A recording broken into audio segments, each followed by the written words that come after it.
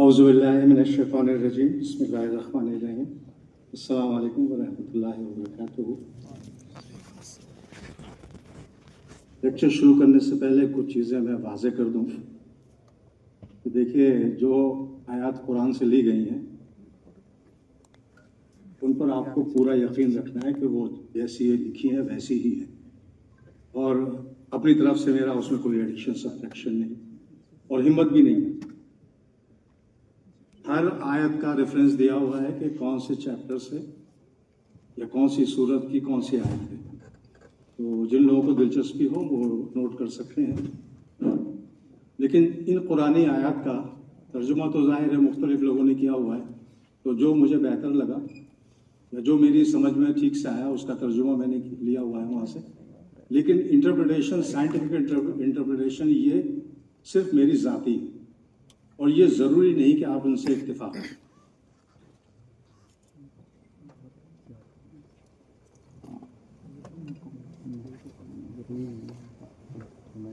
तो ये बिल्कुल ज़रूरी नहीं है कि जो साइंटिफिक इंटरप्रिटेशन मैंने दिया आप उनसे इत्तेफाक करें। अगर इत्तेफाक करते हैं बहुत अच्छी बात है, नहीं भी करते तब और ज़्यादा अच्छी बात है। सवालात अगर जहन में हो तो नोट करते जाइए और मुझ तक बाद में पहुंचा दीजिएगा। जब ये लेक्चर ख़त्म हो जाए इंशाअल्लाह ताला मैं उनके जवाब देने की कोशिश करूँगा। और ज़बान दोनों इस्तेमाल होगी, उर्दू ज़बान ज़्यादा, अंग्रेज़ी ज़बान कम। अंग्रेज़ी ज़बान वही इस्तेमाल होगी जो टेक्निकल टर्म्स हैं। मजबूरी है, अगर उन टेक्निकल टर्म्स को मैंने उर्दू में तर्जुमा कर दिया तो आपको ये लगा कोई हकीमी नुस्खा बयान किया जा रहा है, तो इसलिए टेक्निकल टर्म्स जो है वो अंग्रेज़ी ही में होनी है और बाकी लेक्चर जो है उर्दू में होना है। उर्दू में लाख बुराइयां सही, बस एक अच्छी बात है कि वो आसानी से समझ में आ जाती है। तो मकसद यहाँ समझाना है, मकसद यहाँ ये नहीं है कि कोई अंग्रेज़ी दिखाई जाए कि बहुत अच्छी अंग्रेज़ी आती है। अंग्रेज़ी आती है थोड़ी बहुत, लेकिन वो ऑडियंस ऐसी है कि जो उर्दू समझ सकती है आसानी से, तो बेहतर ये है कि उर्दू में समझे। और क्लास में भी जब मैं पढ़ाया करता था तो उसमें भी मेरा यही रिवाज था, दस्तूर था कि जो मुश्किल कंसेप्ट हैं मैथमेटिक्स के या फिजिक्स के वो मैं उर्दू में समझाता था ताकि बात समझ में आ जाए। मादरी ज़बान में बात जल्दी समझ में आती है, लेकिन लिखा था अंग्रेजी में ही था। तो बहरहाल मकसद ये टाइटल तो बहरहाल आपने देख ही लिया है, जगह जगह लगा हुआ था। तो शुरू करते हैं। औज़ुबिल्लाहि मिनश्शैतानिर्रजीम बिस्मिल्लाहिर्रहमानिर्रहीम रब्बि इश्रह ली सदरी व यस्सिर ली अमरी वहलुल उक़दतम मिन लिसानी यफ़क़हू क़ौली। मेरे रब इस काम के लिए मेरा सीना खोल दे और मेरा काम आसान कर दे और मेरी ज़बान की गिरह खोल दे। देखिए, एकदम से लेक्चर शुरू नहीं होना है, ये ध्यान रखिएगा, ज़रा सब्र थोड़ा रखना है। आहिस्ता आहिस्ता डेवलप होंगी चीज़ें ताकि बात पूरी तौर पे समझ में आ जाए।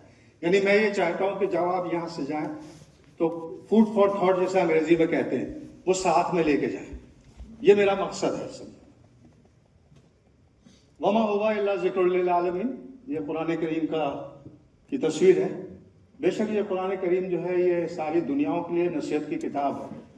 एक आमतौर से गैर मुस्लिमों में ये कंसेप्ट होता है, तसव्वुर होता है कि भाई ये मुसलमानों की किताब है, तो ऐसा नहीं है। ये मुसलमानों की किताब नहीं, ये सारी इंसानियत की किताब है। हर उस इंसान के लिए जो सीधे रास्ते पे चलना चाहे। सूरह तकवीर में अल्लाह सुब्हानहू व तआला फरमाते हैं इन हुवा इल्ला ज़िक्रुल लिल आलमीन लिमन शाअ मिनकुम अन यस्तक़ीम। बेशक ये दुनिया वालों के लिए, जितनी भी दुनियाएं हैं उन सब के लिए हिदायत की किताब है, खास करके उनके लिए जो सीधे रास्ता इख्तियार करना चाहे। और okay, so Quran basically this is a code of conduct, नसीहतों की किताब है, कानून और उसूल बयान किए गए हैं इसमें।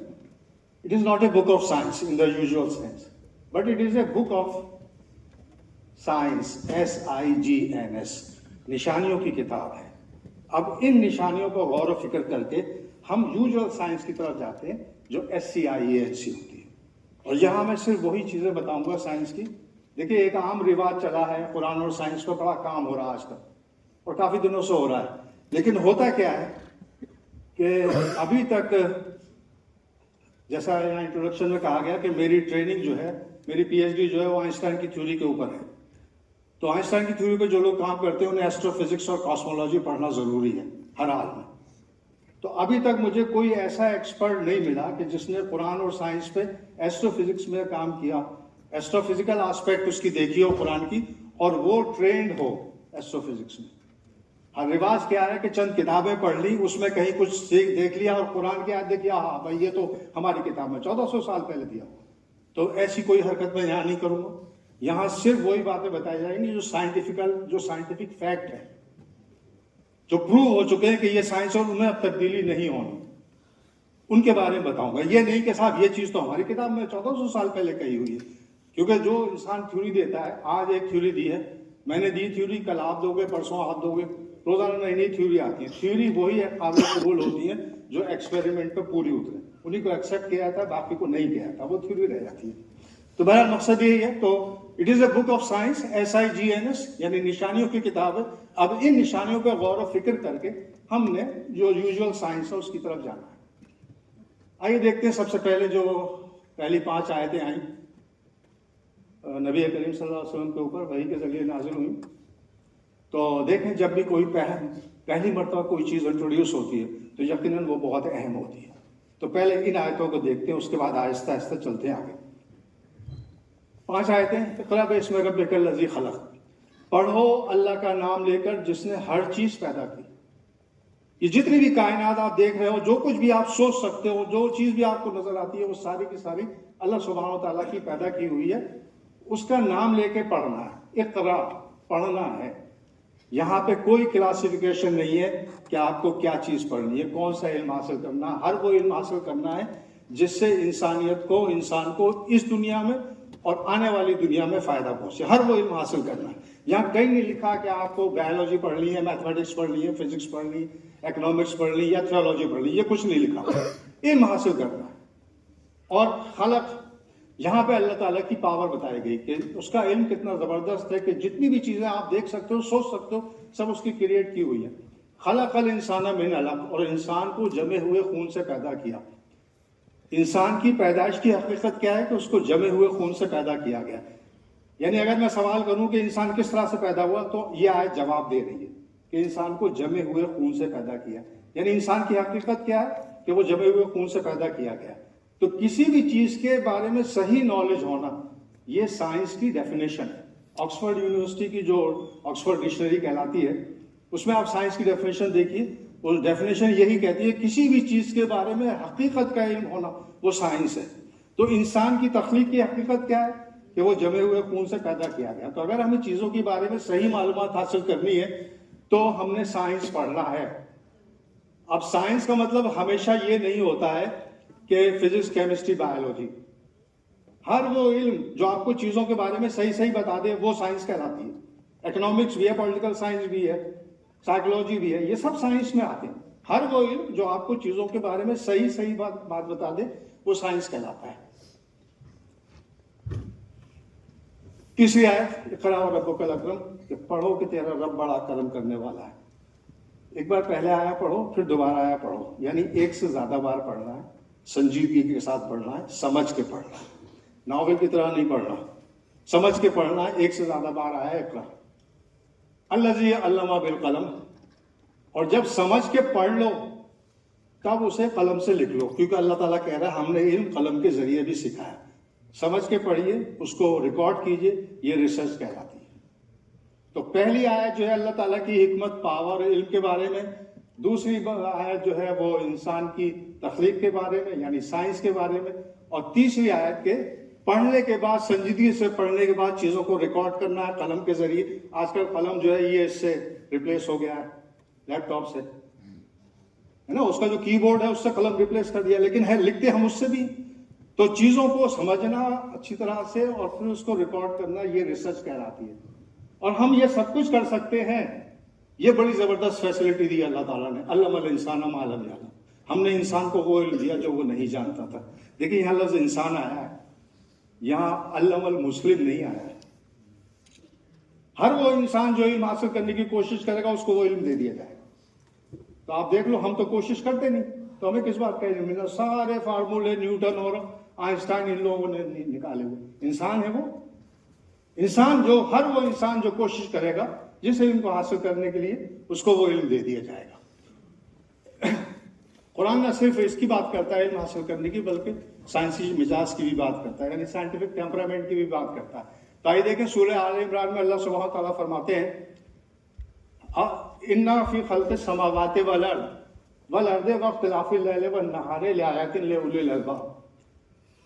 आसमानों और ज़मीन का बनाना और रात और दिन का आना जाना, इसमें निशानियां हैं अकल वालों को। उलिल अलबाब कहते हैं अकल वालों को, तो जिनको अल्लाह सुब्हानहू व तआला ने अकल दी है, वो सोचने बैठते कि ये आसमान कैसे बने, जमीन कैसे बनी और रात और दिन ये किस तरह से चेंज हो रहे हैं, उन्होंने सोचना है ये बैठ के।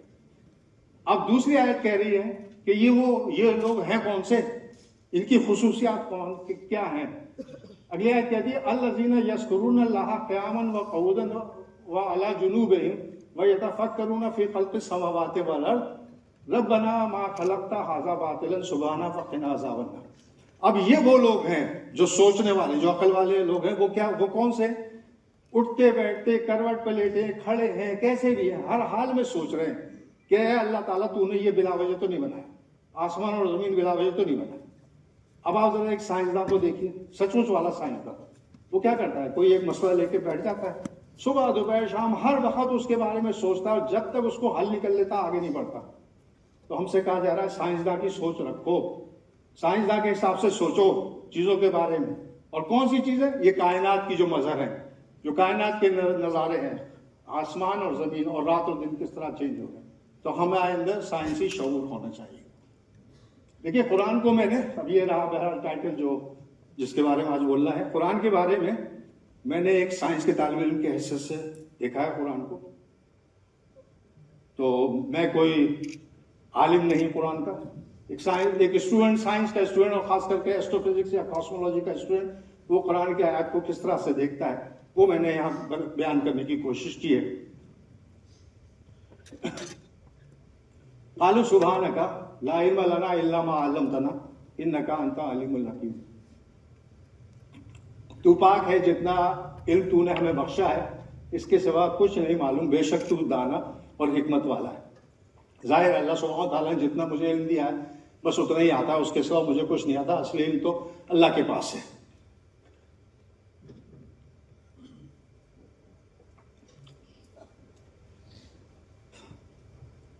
देखिए आमतौर से जो कॉस्मोलॉजिस्ट होते हैं, कॉस्मोलॉजिस्ट वो लोग होते हैं जो इस यूनिवर्स के बारे में स्टडी करते हैं, यानी कॉस्मोलॉजी ये पूरा जो इल्म है चांद सितारों का और इन सारी जो कायनात में जितनी भी चीज़ें हैं उनके बारे में, या कायनात किस तरह से पैदा हुई, जो ये इल्म हासिल करते हैं वो कॉस्मोलॉजिस्ट कहलाते हैं। तो आमतौर से कॉस्मोलॉजिस्ट इस बारे में सोचते हैं कि क्या यूनिवर्स किस तरह से बना, जिस कायनात में हम रहते हैं वो किस तरह से बनी, और डिड द यूनिवर्स ओरिजिनेट, यानी एक कोई फाइनाइट टाइम है, कोई महदूद वक्त पे ये यूनिवर्स शुरू हुआ, या ये हमेशा सा था या हमेशा रहेगा, या बगैर किसी शुरुआत के या खात्मा कैसे होगा, और इसके मेजर कॉन्स्टिट्यूएंट्स क्या हैं, और ये मैटर और रेडिएशन जो है वो किस तरह से पहली स्टेजेस में डेवलप हुआ, और जो चीज़ें हम कायनात में देखते हैं, चांद सितारे, और अभी आपने एक पूरा स्लाइड शो देखा होगा, इसमें तरह तरह की गैलेक्सीज थी और बहुत सारे नेबुला थे।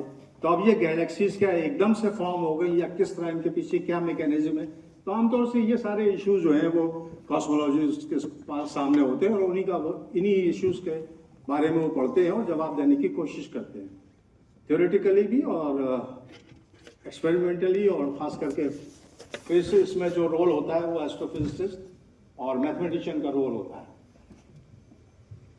तो मेरा काम ये है यहाँ पे कि what is the Quranic view of the universe, जिस कायनात में हम रहते हैं कुरान उसके बारे में क्या कहता है, किस तरह से वो बनी और किस तरह से वो उसके अंदर मैटर आया और चीज़ें आई, या ये कब ख़त्म होगी और ख़त्म होने से पहले क्या क्या निशानियाँ होंगी इसकी, ये सारी बातें मैं यहाँ तफसील से बयान करने की कोशिश करता हूँ। ये यूनिवर्स की एक वो है कि जितना भी मैटर हम सोच सकते हैं वो सारा का सारा यूनिवर्स कहलाता है। और आजकल जदीद तजर्बों के हिसाब से ये पता चला है कि इस पूरे यूनिवर्स में जो हमें चीज़ें नज़र आती हैं वो सिर्फ तकरीबन 5% है, यानी 5% हमारे पास विजिबल यूनिवर्स है। विजिबल यूनिवर्स से मुराद ये है कि गैलेक्सीज, प्लैनेट्स, सारे स्टार्स और कहकशाएँ, नेबुलास, जितना भी मैटर है, black holes, white holes, worm hole, ये जितनी भी चीज़ें हैं, एस्ट्रोफिजिकल ऑब्जेक्ट जितने भी हैं, ये सारे के सारे पूरे यूनिवर्स का 5% है। और बकिया रहा तो वो डार्क एनर्जी और डार्क मैटर कहलाता है। डार्क एनर्जी और डार्क मैटर अभी हमने ऑब्जर्व नहीं किया, लेकिन theoretically we have some standard models के डार्क एनर्जी क्या होती है और डार्क मैटर क्या होता है। बस इसको यूं समझ लें आसानी के लिए कि मिसाल के तौर पे आजकल हमारे यहाँ नुमाइश लगी हुई है। नुमाइश में आप जाओ उस हलवे पराठे वाली दुकान पर, इतना बड़ा पराठा बनाता है, वो बनाते रहता है, और कभी कभी आपने देखा हो वो उछालते भी हैं पराठे को उसे बड़ा करने के लिए। तो उछालते वक्त अक्सर उनमें बीच बीच में सुराख से हो जाते हैं, लेकिन कभी वो पूरा नहीं फटता। तो यही हाल हमारे यूनिवर्स का भी है कि यूनिवर्स जो है मुस्तकिल एक्सपैंड हो रहा है, तो जगह जगह कुछ जगहें बन रही हैं खाली खाली सी। अब ये यूनिवर्स फट क्यों नहीं जाता? जो नहीं फट रहा वो इस वजह से नहीं फट रहा कि वहाँ पे डार्क मैटर मौजूद है, जिसकी प्रेजेंस की वजह से हर चीज़ें इंटैक्ट में है। अभी डार्क मैटर डिटेक्ट नहीं हुआ है, जब डिटेक्ट होगा तब देखा जाएगा, अभी तो नहीं हो। बस ये समझ लें, तो जितनी भी चीज़ें हम सोच सकते हैं वो सारी की सारी जो है मैटर यूनिवर्स कहलाती है। अब इसी यूनिवर्स का एक हिस्सा है ये, जिसको हबल डीप फील्ड कहते हैं। तो ये आसमान के, जब तक ये हबल टेलीस्कोप नहीं इजाद हुआ था, तकरीबन अब से 20-30 साल पहले हबल टेलीस्कोप को छोड़ा गया है स्पेस में, तो उस वक्त तक आसमान के इस हिस्से पे कुछ नजर नहीं आता था। लेकिन जो भी एस्ट्रोनॉमर्स थे उनका ये ख्याल था कि यहाँ पे है कुछ ना कुछ जरूर, वह ख्याल था, लेकिन नजर नहीं आता था क्योंकि टेक्नोलॉजी डेवलप नहीं हुई। फिर ये हबल टेलीस्कोप को स्पेस में छोड़ा गया, तब उसने जो है तस्वीरें ली उस खास हिस्से की, जिस खास हिस्से के बारे में सोचा जाता था कि यहाँ पर कुछ भी नहीं है। और उसने जो है तकरीबन 60 घंटे का अपर्चर लगाया। अपर्चर से मुराद ये कि जब आजकल तो ये मोबाइल की वजह से ना सारा मामला गड़बड़ होकर रह गया। ये जो मोबाइल है ना, आप इसी से घर से फोटो खींच लेते हो यहाँ से। पुराने जमाने में कैमरे हुआ करते, अब भी कैमरा है किसी के पास ही ले बैठा, अब ये तस्वीरें खींच रहा था बंदा एक, सचमुच का कैमरा। उस कैमरे में जब आप बटन दबाते हो ना, क्लिक की आवाज आती है, बस वो जो क्लिक की आवाज होती है, थोड़ी देर को लेंस खुलता है और बंद हो जाता है, और जितनी थोड़ी देर खुलता है वो सारी की सारी रोशनी अपने अंदर समेट लेता है, फिल्म पे आ जाती है, उसका फोटो बन जाता है। तो वो जो थोड़ी देर को होता है वो अपर्चर कहलाता है। तो 60 घंटे तक वो उसका हबल के अंदर जो कैमरा था 60 घंटे के बाद जाके बंद हुआ। तो उसने जो है इमेजेस ढूंढी इस पर्टिकुलर हिस्से की, तो देखिए ये तस्वीर निकल के आई सामने। जितने भी आपको डॉट्स नजर आ रहे हैं, जितने भी रोशन नुक्ते नजर आ रहे हैं, ये सब गैलेक्सीज हैं, सारी की सारी गैलेक्सीज हैं, कोई एक सिंपल स्टार नहीं है, ये सब गैलेक्सीज हैं। कुछ जरा जो करीब थी उनके फोटो बड़े बड़े आ गए, जो जरा दूर थी उनके फोटो छोटे आ गए। देखिए ये वाली जैसे बड़ी, तो जितने भी डॉट्स हैं ये सब गैलेक्सीज हैं, सारी की सारी गैलेक्सीज। तो इतनी सारी गैलेक्सीज यहाँ देखने को मिली जैसे जैसे टेक्नोलॉजी डेवलप हुई। अब इन्हीं में से एक गैलेक्सी हम लेते हैं भाई, ये वो गैलेक्सी है जो हमसे सबसे करीब है, ये हमारी नजदीक तरीन गैलेक्सी है। गैलेक्सी वो होते हैं ऐसा सितारों का मजमुआ जहां बेशुमार सितारे एक जगह जमा हो जाते हैं। तो ये हिस्सा जो है, ये जहां पे बहुत सारे सितारे नजर आ रहे हैं, ये हिस्सा जो है ये वाला, ये इसका सेंटर कहलाता है। और ये एक स्पाइरल गैलेक्सी है, तो इसके ये इसकी आर्म्स हैं, ये बीच में सेंटर है। ये इसके इस एंड्रोमेडा गैलेक्सी के नजदीक भी एक गैलेक्सी है, वो छोटी मोटी सी है। तो ये बहुत करीब है हमारे, देखिए कितने करीब है, 100,000 लाइट ईयर इतने करीब है। ये हमसे सबसे नजदीक तरीन गैलेक्सी है। लाइट ईयर का मतलब वो फासला जो रोशनी एक साल में तय करे, जमीन के एक साल में तय करे। हम मार्स पे जाके करेंगे तो वहां का लाइट ईयर दूसरा होगा। तो लाइट ईयर की जरा देख लें, जरा मैग्नीट्यूड देखें लाइट ईयर का। 6 के बाद 12 जीरो लिखेंगे, इतने माइल्स है ना। जैसे हम ट्रिलियन कहते हैं, आजकल बड़ा वो रिवाज है ना हमारे मुल्क में, ट्रिलियन इकोनॉमी हो रही, तो ये वही वाला ट्रिलियन, इतने ट्रिलियन किलोमीटर है ये यहां से। ये नजदीक तरीन गैलेक्सी है। इस गैलेक्सी में तकरीबन 200 अरब सितारे, 200 बिलियन, ये रफली है, किसी में 300 भी होंगे, किसी में 400 भी होंगे, मैंने एवरेज ले लिया है, 200 बिलियन स्टार है। और अब तक हम ऐसी 250 लाख गैलेक्सी देख चुके हैं, ऑब्जर्व कर चुके हैं। हर गैलेक्सी में तकरीबन 200 अरब सितारे हैं। और अभी ये फॉर्मेशन ऑफ गैलेक्सीज या फॉर्मेशन ऑफ स्टार बंद नहीं हुआ है, अभी भी चल रहा है। आप सोचो कितने बड़ी हम कायनात में रह रहे हैं। इमेजिन कीजिए हम कितनी जबरदस्त कायनात में रह रहे हैं। हम तो बस अलीगढ़ को समझे हुए भाई यही दुनिया हमारी, बस नो डाउट ये दुनिया है हमारी और बड़ी अच्छी दुनिया है, और अल्लाह ताला ऐसा कायम रखे हमेशा। यह है हमारी दुनिया। लेकिन अगर आप इससे बाहर निकल के देखिए तो आपको अंदाजा होगा कि वो अल्लाह ताला कितना जबरदस्त है, जिसने ये सारी चीजें बनाई हुई और कोई चीज गड़बड़ नहीं हो रही, सारी चीजें अपने प्रोग्राम के तहत चल रही। तो अभी इन्हीं गैलेक्सीज में ये गैलेक्सी हो गई, तो जाहिर सी बात है ये सारी गैलेक्सीज है अल्लाह ताला की बनाई हुई सारी चीजें हैं, तो यकीनन कोई ना कोई कानून होगा जिसके तहत ये काम हो रहा है। ऐसे तो नहीं हो रहा ना, कोई ना कोई कानून होगा। उस कानून के बारे में अल्लाह ताला कहते हैं अल्लाह खालिक़ु कुल्ले शैइन व हुवा अला कुल्ले शैइन वकील। अल्लाह ही हर चीज का पैदा करने वाला है और वही हर चीज का निगरान है। यानी न सिर्फ अल्लाह सुब्हानहू व तआला ने सारी चीजें पैदा की हैं, बल्कि वो उनका निगरान भी है, यानी गार्जियन भी है, केयर भी करता है। तो ये सारी चीजें जो है ये अल्लाह सुब्हानहू व तआला की बनाई हैं और इस तरह से बनाई हैं कि वो उनकी केयर भी करता है, देखभाल भी करता है। अगली आयत देखिए लहू मकालिदुस समावाति वल अर्द, और आसमान और जमीन की चाबियां उसी के पास है। तो चाबी से मुराद यह ताले चाबी वाली चाबी नहीं है, चाबी लॉज, ये सारे कानून अल्लाह के हैं जिनके तहत ये सारा यूनिवर्स बना है। अल्लाह ताला के कानून है, ये हमारे अपने कानून नहीं, ये अल्लाह सुब्हानहू ताला के बनाए हुए कानून है। और जब ये कानून है तो जाहिर सी बात है फिर हमारा काम क्या रह जाता है, हमारा काम ये रह जाता है कि हम इन कानून को मालूम करें, दरियाफ्त करें। तो आइए देखें ये सारे की सारी आयतें जो बताती हैं, ये एक आयत में ली, ऐसी बहुत सारी आयतें कुरान करीम में मौजूद है। एक आयत में ली, जाहिर सी बात है मकसद समझाना है, बताना है क्या चीज़ है। सारी आयतें भी लिस्ट किए कर सकता हूँ मैं यहाँ पे, लेकिन वो मकसद हल नहीं होगा। मकसद ये कि भाई ये सारे के सारे जितने लॉज हैं इस कायनात के, सब अल्लाह ताला के बनाए हुए हैं और अल्लाह ताला ने हमें ये सहूलत दी हुई है कि हम इनको डिस्कवर कर सकते हैं। सहूलत वही है, अल्लमल इंसान मालम यालम, ये अल्लाह ने हमको सहूलत दी है। और ज़िंदगी में अगर मैंने किसी बात पे फख्र किया तो वो यही है कि मैं उसी इंस्टीट्यूट से बिलोंग करता हूँ, उसी यूनिवर्सिटी से बिलोंग करता हूँ, मेरी तालीम और तरबियत वहाँ हुई है जिसका लोगो भी यही है और मोटो भी यही है, हम यही करते हैं। और मेरे ख्याल में सबको इस बात से फख्र होना चाहिए कि ये वाहिद यूनिवर्सिटी है जो तालीम के साथ साथ तरबियत भी करती है। अब पता नहीं आजकल करती नहीं करती है, लेकिन हमारे ज़माने में तो तरबियत भी की जाती थी। कहा ही जाता था कि तालीम और तरबियत।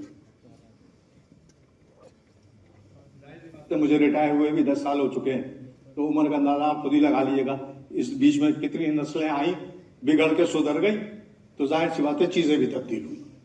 तो मैं मुश्ताक यूसुफी ने अपनी किताब में लिखा हुआ था कि बर्रे सगीर हिंदो पाक, यानी इंडियन सब कॉन्टिनेंट कह लें आप, इंडियन सब कॉन्टिनेंट में 2 वाहिद ऐसे इदारे हैं कि जिनके फारिग तुलबा यानी जो एलुमनी जिसे आप कहते हो, वो हमेशा इस बात पर फख्र करते हैं कि वो इस इदारे से निकले हैं और इस बात को वो ऐलानिया बयान करते हैं। तो वो 2 इदारे, मैं मुश्ताक यूसुफी ने जो कहा था वो बाद में बताऊंगा, मेरी नज़र में वो दोनों इदारे, पहला मुस्लिम अलीगढ़ मुस्लिम यूनिवर्सिटी और दूसरा भी अलीगढ़ मुस्लिम यूनिवर्सिटी। और वो जितने भी ओल्ड बॉय हैं वो जानते हैं इसकी अहमियत। और जैसा कि यहाँ बताया गया था, मेरी तालीम यहाँ पहली क्लास से लेके PhD तक यहीं हुई और फिर बहरहाल अल्लाह का करना ऐसा हुआ कि जॉब भी यहीं मिली। तो बहरहाल दो इदारे हैं, एक अलीगढ़ मुस्लिम यूनिवर्सिटी, दूसरा गवर्नमेंट कॉलेज लाहौर। आइए देखते हैं इस लॉ को, देखते हैं इस लॉ के बारे में। देखिए कोशिश मेरी ये होगी कि मैं टेक्निकल डिटेल कम से कम बताऊं, है ना, क्योंकि यह सारे के सारे जितने भी ऑडियंस हैं सब के सब टेक्निकल वाले लड़के नहीं है, सारे नहीं है ना, तो जरूरी नहीं कि हर कोई समझ ले, तो इसलिए कोशिश ये होगी। तो अभी जैसे पिछले स्लाइड में हमने कहा ना कि ये सारे जितने भी कुदरत के कानून है ये सारे के सारे अल्लाह सुब्हानहू तआला के बनाए हुए। अब ये न्यूटन्स लॉ ऑफ ग्रेविटेशन आप किसी भी किताब में देख लो, मैथमेटिक्स की या मैकेनिक्स का, फिजिक्स की, हर जगह लिखा हुआ है न्यूटन्स लॉ ऑफ ग्रेविटेशन। और लॉ ये है 2 ऑब्जेक्ट दिए हुए हैं जिनके डिफरेंट मासेस है, तो force is equal to Gmm/r², यानी ये इनवर्स स्क्वायर लॉ है ना। अगर 2 ऑब्जेक्ट दिए हुए तो उनके बीच में किस तरह से फोर्स एग्जिस्ट करेगी, तो वो डिपेंड करती है डिस्टेंस दोनों के बीच में, और इनवर्स स्क्वायर लॉ, इसको हम कहते हैं न्यूटन्स लॉ ऑफ ग्रेविटेशन। तो इसके लिए एक किस्सा मशहूर है, वल्लाह आलम सही है गलत है, लेकिन ज्यादातर किताबों में ये किस्सा लिखा हुआ है कि न्यूटन एक दिन जो है अपने बाग में बैठा हुआ था, उसके बाग में एक सेब का पेड़ था, उसके नीचे बैठा हुआ कुछ सोच रहा था, तो एक सेब आके उसके सर पे गिरा। अब जैसे ही सेब गिरा तो वो फौरन के फौरन चौंका और सोचा कि भाई यार ये मेरे ऊपर ही क्यों गिरा, ये ऐसे भी तो गिर सकता था, ऊपर भी चला जाता, रुक जाता, हवा में इधर गिर जाता, ये सीधा सीधा मेरे ऊपर क्यों गिरा। अब जाहिर है उसने सोचो विचार किया तो उसने ये निकाला नतीजा कि यकीनन कोई ऐसी फोर्स है जो चीजों को अपनी तरफ खींचती है, जिसकी वजह से चीजें जमीन पर गिरती है। तो उसने ये कानून जो है वजह किया, और इस कानून को कहा गया हमेशा न्यूटन्स लॉ ऑफ ग्रेविटेशन। यानी इससे ये लगता है कि जब तक ये लॉ नहीं था कोई सेब नहीं गिरता था ऊपर से। लॉ कहां था? किस लॉ की बिना पे नीचे गिरता? लॉ तो था ही नहीं। तो इसीलिए सब इसे कहते हैं न्यूटन्स लॉ ऑफ ग्रेविटेशन। नहीं, सेब हमेशा से गिरते थे। न्यूटन ने इसको डिस्कवर किया। ये अल्लाह का लॉ है, हम उसे डिस्कवर कर सकते हैं। फैसिलिटी है, अल्लाह इंसान मालूम जाला, फैसिलिटी मौजूद है। हम इत्तेफाक से इतने काहिल हैं, हम इस यूनिवर्सिटी में रह करके भी वो फैसिलिटी नहीं इस्तेमाल कर रहे। हम बहुत काहिल हैं भाई। तो देखिए न्यूटन ने यही किया, बेटा सोचता रहा, तदब्बुर करता रहा, गौर फिक्र करता रहा, तब जा करके उसने कहा कि ये ऐसा जो है, ये चीजें जमीन की तरफ, जमीन अपनी तरफ चीजों को खींचती है, वो कुव्वत जो है उसको उसने बयान कर दिया। और सारी किताबों में अभी तक लिखा हुआ है न्यूटन्स लॉ ऑफ ग्रेविटेशन। मैं कभी अपनी क्लास में कभी नहीं पढ़ाया और आज भी नहीं बताऊंगा आपको। This is the law of Allah discovered by Newton. Newton ने डिस्कवर किया, फैसिलिटी थी, अल्लाह इंसान मालूम जाला। न सिर्फ ये फैसिलिटी, बल्कि अक्सर देखिए सारे प्लेनेट जो है ये हैं, सन बीच में है, लाल रंग का बड़ा सा ये सन है। सारे प्लेनेट सूरज की चारों तरफ घूमते हैं, लेकिन हम इनको कहते हैं Kepler's laws of planetary motion. यानी जब तक के केपलर नहीं आता सारे प्लेनेट चुपचाप बैठे, कोई नहीं घूम रहा। कानून कहां है भाई? किस कानून से घूमे? केपलर आया, उसने कानून बनाया, तब प्लेनेट घूमना शुरू हुए। ऐसा नहीं है भाई, प्लेनेट हमेशा से घूमते थे। केपलर ने उनको डिस्कवर किया, उन लॉज को, कि किस लॉ के तहत ये घूम रहे सूरज के चारों तरफ। और लॉज ये है जो थोड़ी बहुत जानते हैं फिजिक्स का मैथमेटिक्स।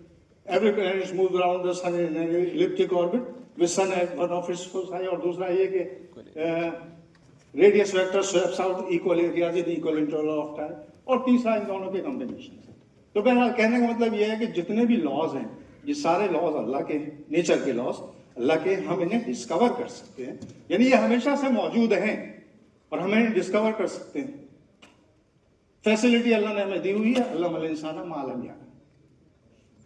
आइए, हमारी किताब कहती है, किताब से मुराद कुरान करीम है। यहाँ किताब नज़लनाहु इलैका मुबारकन लियदब्बरू आयातिही व लियतज़क्करा उलुल अल्बाब। ये किताब जो हमने तुम पर नाजिल की बड़ी बाबरकत है, और इसलिए नाजिल की है ताकि लोग इसकी आयतों में गौर करें और अहले इल्म नसीहत हासिल करें। किताब हमसे कह रही है, ये किताब इसलिए नाजिल की गई है ताकि लोग इसकी आयतों पर गौर व फिक्र करें। हम कभी गौर व फिक्र नहीं करते। अभी 10 दिन बाद रमज़ान आने वाले, 3 कुरान ख़त्म करेगा हर बंदा।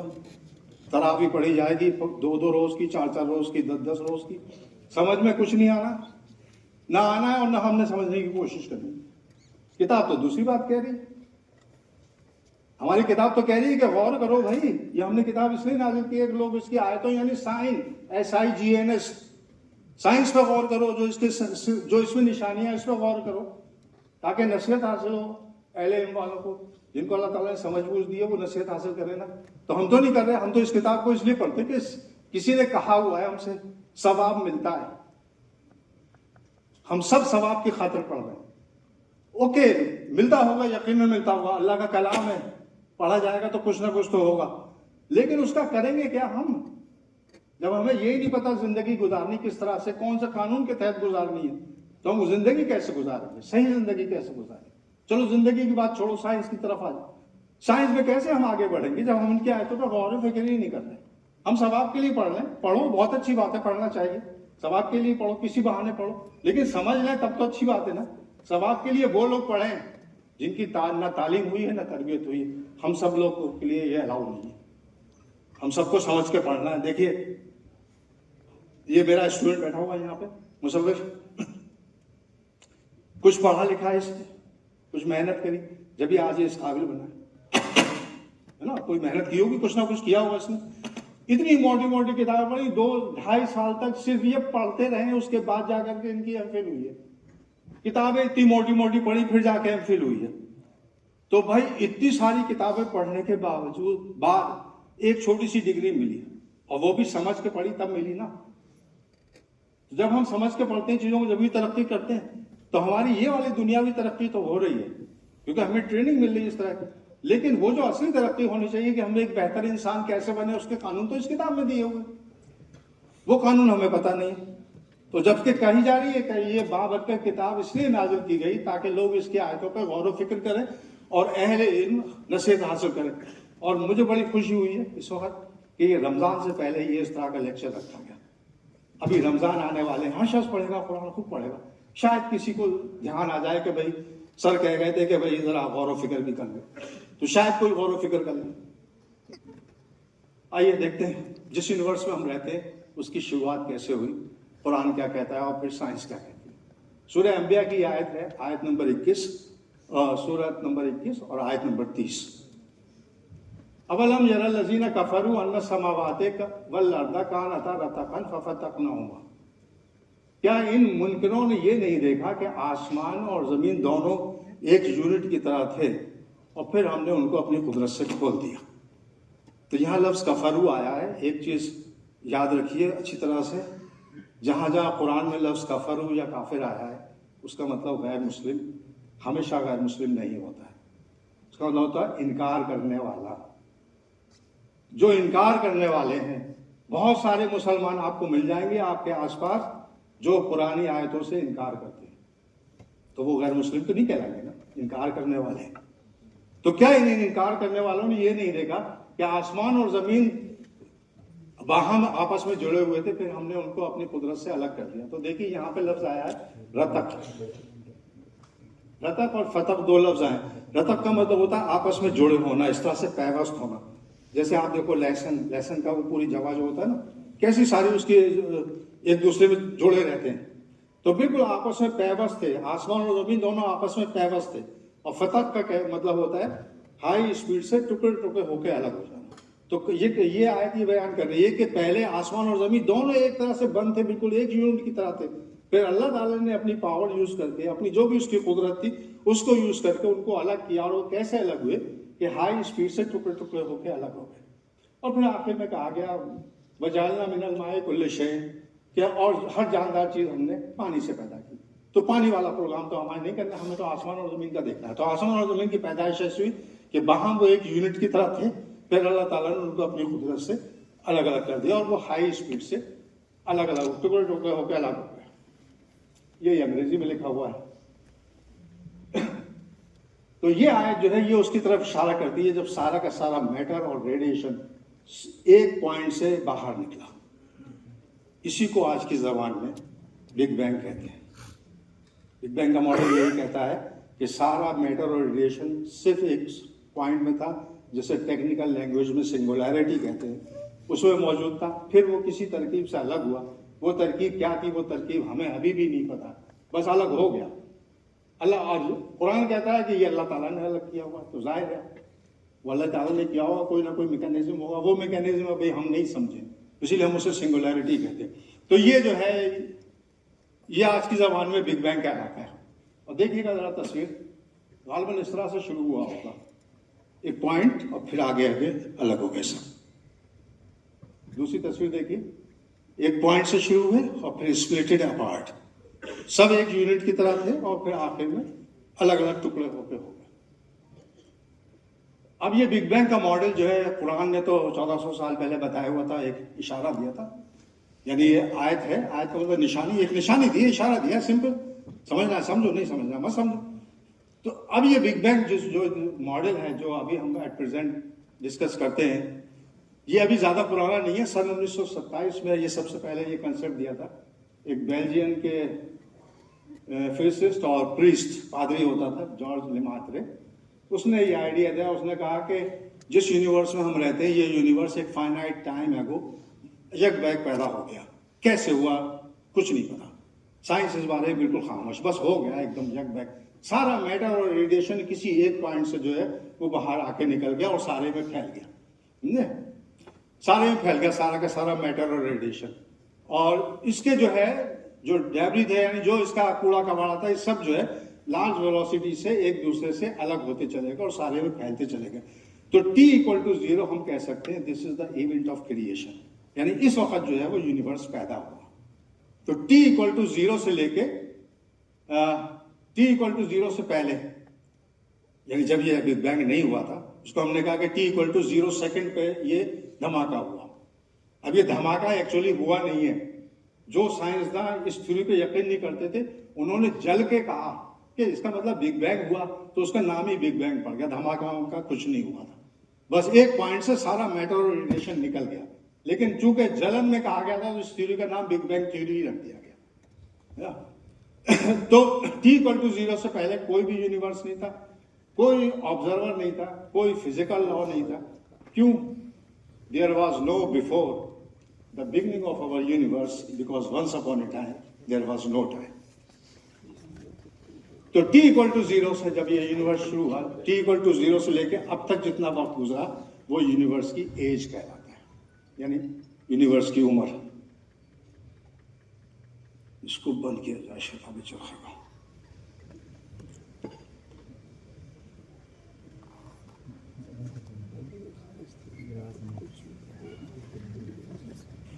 t=0 से लेके अब तक जितना टाइम गुजरा, वो यूनिवर्स की एज कहलाती है, जिस कायनात में रहते हैं उसकी उम्र। और वो तकरीबन एस्टिमेट की गई, यानी जितने भी मैं स्लाइड दे रहा हूं, अगर हर स्लाइड को मैं एक्सप्लेन करने पाया हूं तो 1-1 घंटे से ज्यादा लगेगा। तो इसलिए मैं डिटेल्स स्किप करता जाऊंगा, खास चीजें आपको बताऊंगा, क्योंकि फौरन सवाल आएगा ये कैसे कैलकुलेट कर ली भाई, है ना? तो उसकी तरकीबें होती। तो तकरीबन 14 अरब साल पहले ये यूनिवर्स एग्जिस्टेंस में आया। तो जब से बना, जब से अब तक 14 अरब साल गुजर चुके हैं। और देखिए पहला का पार्टिकल जो क्रिएट हुआ 10⁻⁻43 सेकेंड्स। t=0 पे शुरू हुआ यूनिवर्स और 10⁻⁻43 सेकेंड, यानी 1/10 के बाद 43 जीरो लगाइए, इतने पार्ट ऑफ द सेकेंड, यानी फौरन ही पलक झपकते ही पहला पार्टिकल क्रिएट हो गया। और इसी पहले पार्टिकल की तलाश में हम हैं कि काश को वो पहला पार्टिकल किसी तरह से पकड़ में आ जाए, जिसको हिग्स बोसोन कहते हैं। और इसके लिए हमने वो लार्ज हैड्रोनिक कोलाइडर वगैरह तरह के एक्सपेरिमेंट करते हैं एंड सो ऑन। तो अर्ली यूनिवर्स जो है, जो शुरुआती यूनिवर्स है, जो t=0 के फौरन बाद पैदा हुआ, उसमें हाई इंटेंसिटी रेडिएशन होता था, यानी हरारत थी, बहुत ज्यादा हरारत थी। देखिए अगर किसी जरूरी काम से जा रहे हैं तो बहुत अच्छी बात है, लेकिन समझ में नहीं आ रहा फिर जा रहे हैं तो ये तो गलत बात है ना? किसी को हो सकता है समझ में आ ही जाए। तो लेकिन जैसे जैसे ये आहिस्ता आहिस्ता यूनिवर्स एक्सपेंड हुआ, तो फिर ये रेडिएशन की इंटेंसिटी कम हो गई और फिर मैटर की डेंसिटी जो है वो ज्यादा हो गई।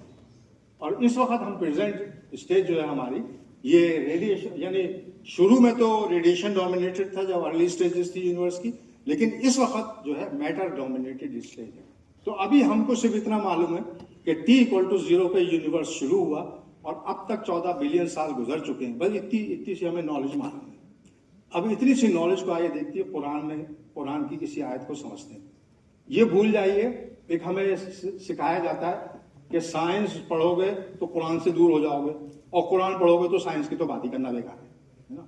तो ऐसा नहीं है, कुरान और साइंस में कोई कंफ्लिक्ट नहीं है। असल में दोनों एक दूसरे को समझने में मदद देते हैं।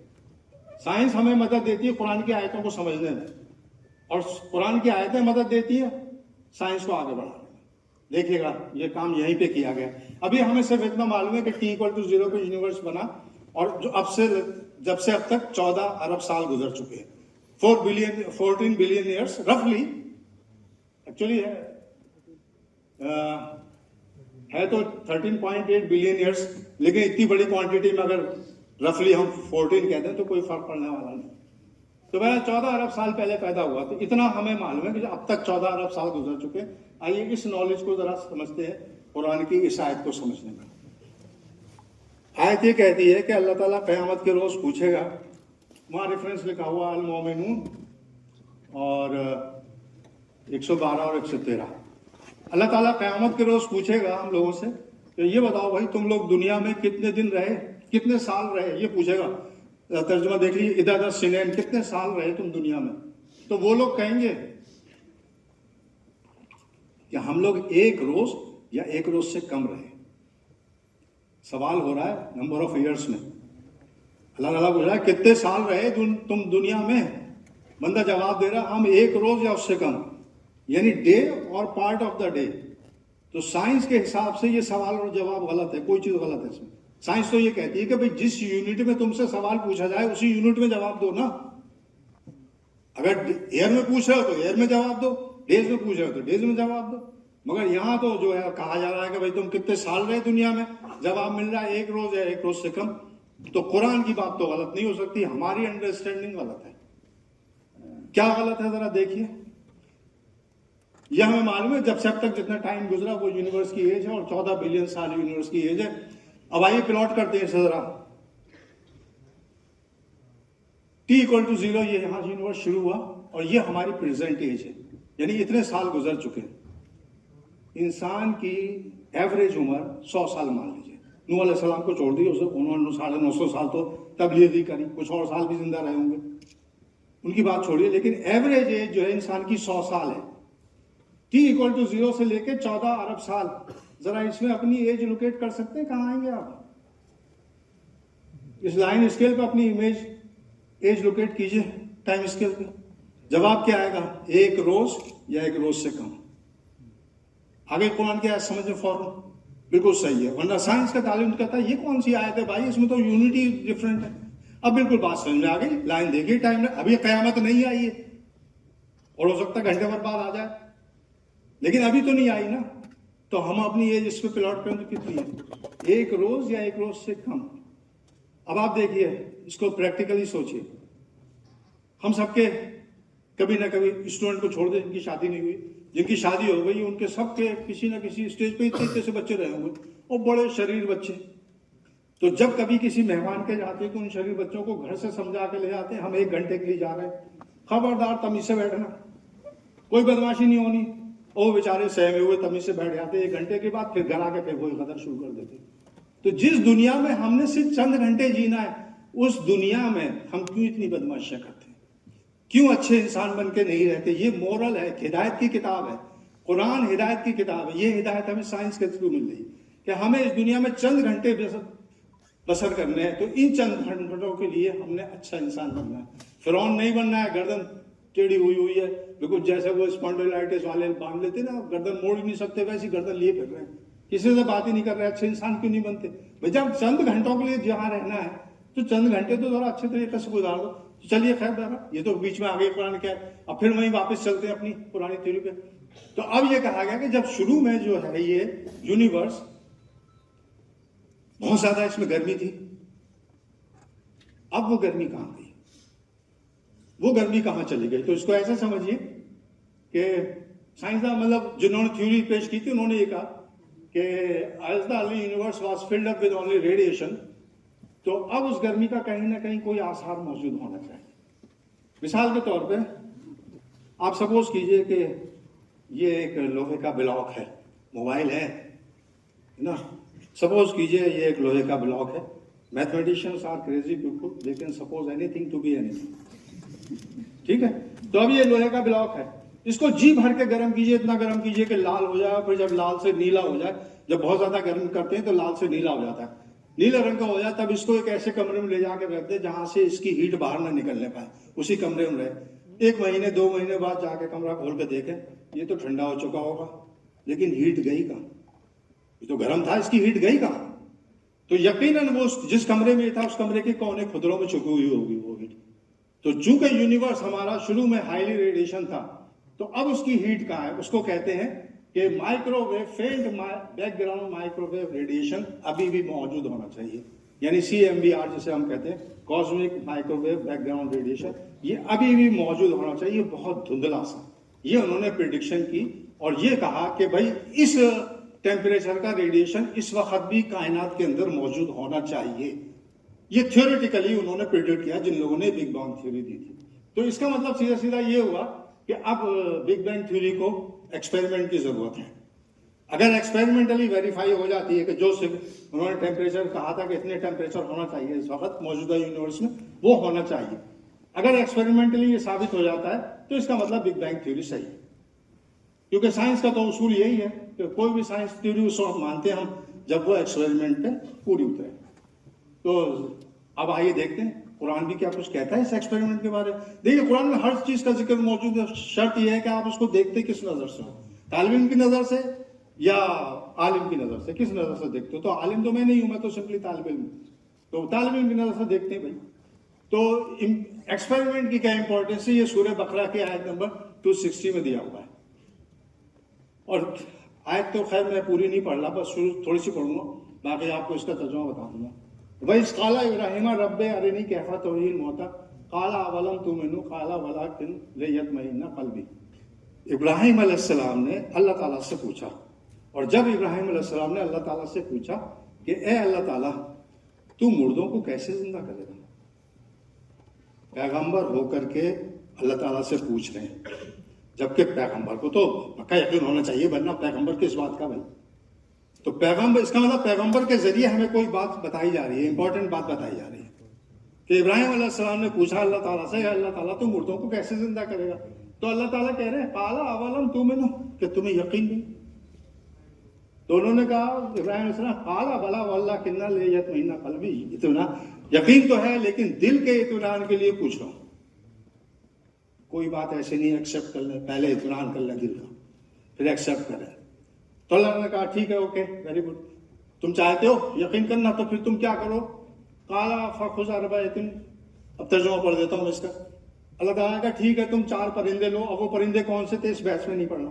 4 परिंदे लो और इनको ट्रेन कर लो, इस तरह से ट्रेन करो कि तुम्हारी आवाज पे वो तुम्हारे पास आने लगे, और जब वो ट्रेन हो जाए अच्छी तरह से, तब उन 4 को मार दो, और उन 4 को मार के उनके टुकड़े आपस में मिक्स कर दो, सबके एक दूसरे में मिक्स कर दो, और मिक्स करके उनमें से कुछ कुछ टुकड़े उठा के पहाड़ के मुख्तलिफ हिस्सों पर रख दो। अब वही आवाज निकालो जैसे ट्रेन किया तुमने, तो तुम्हारे पास ही जिंदा होकर दौड़ते चले आएंगे।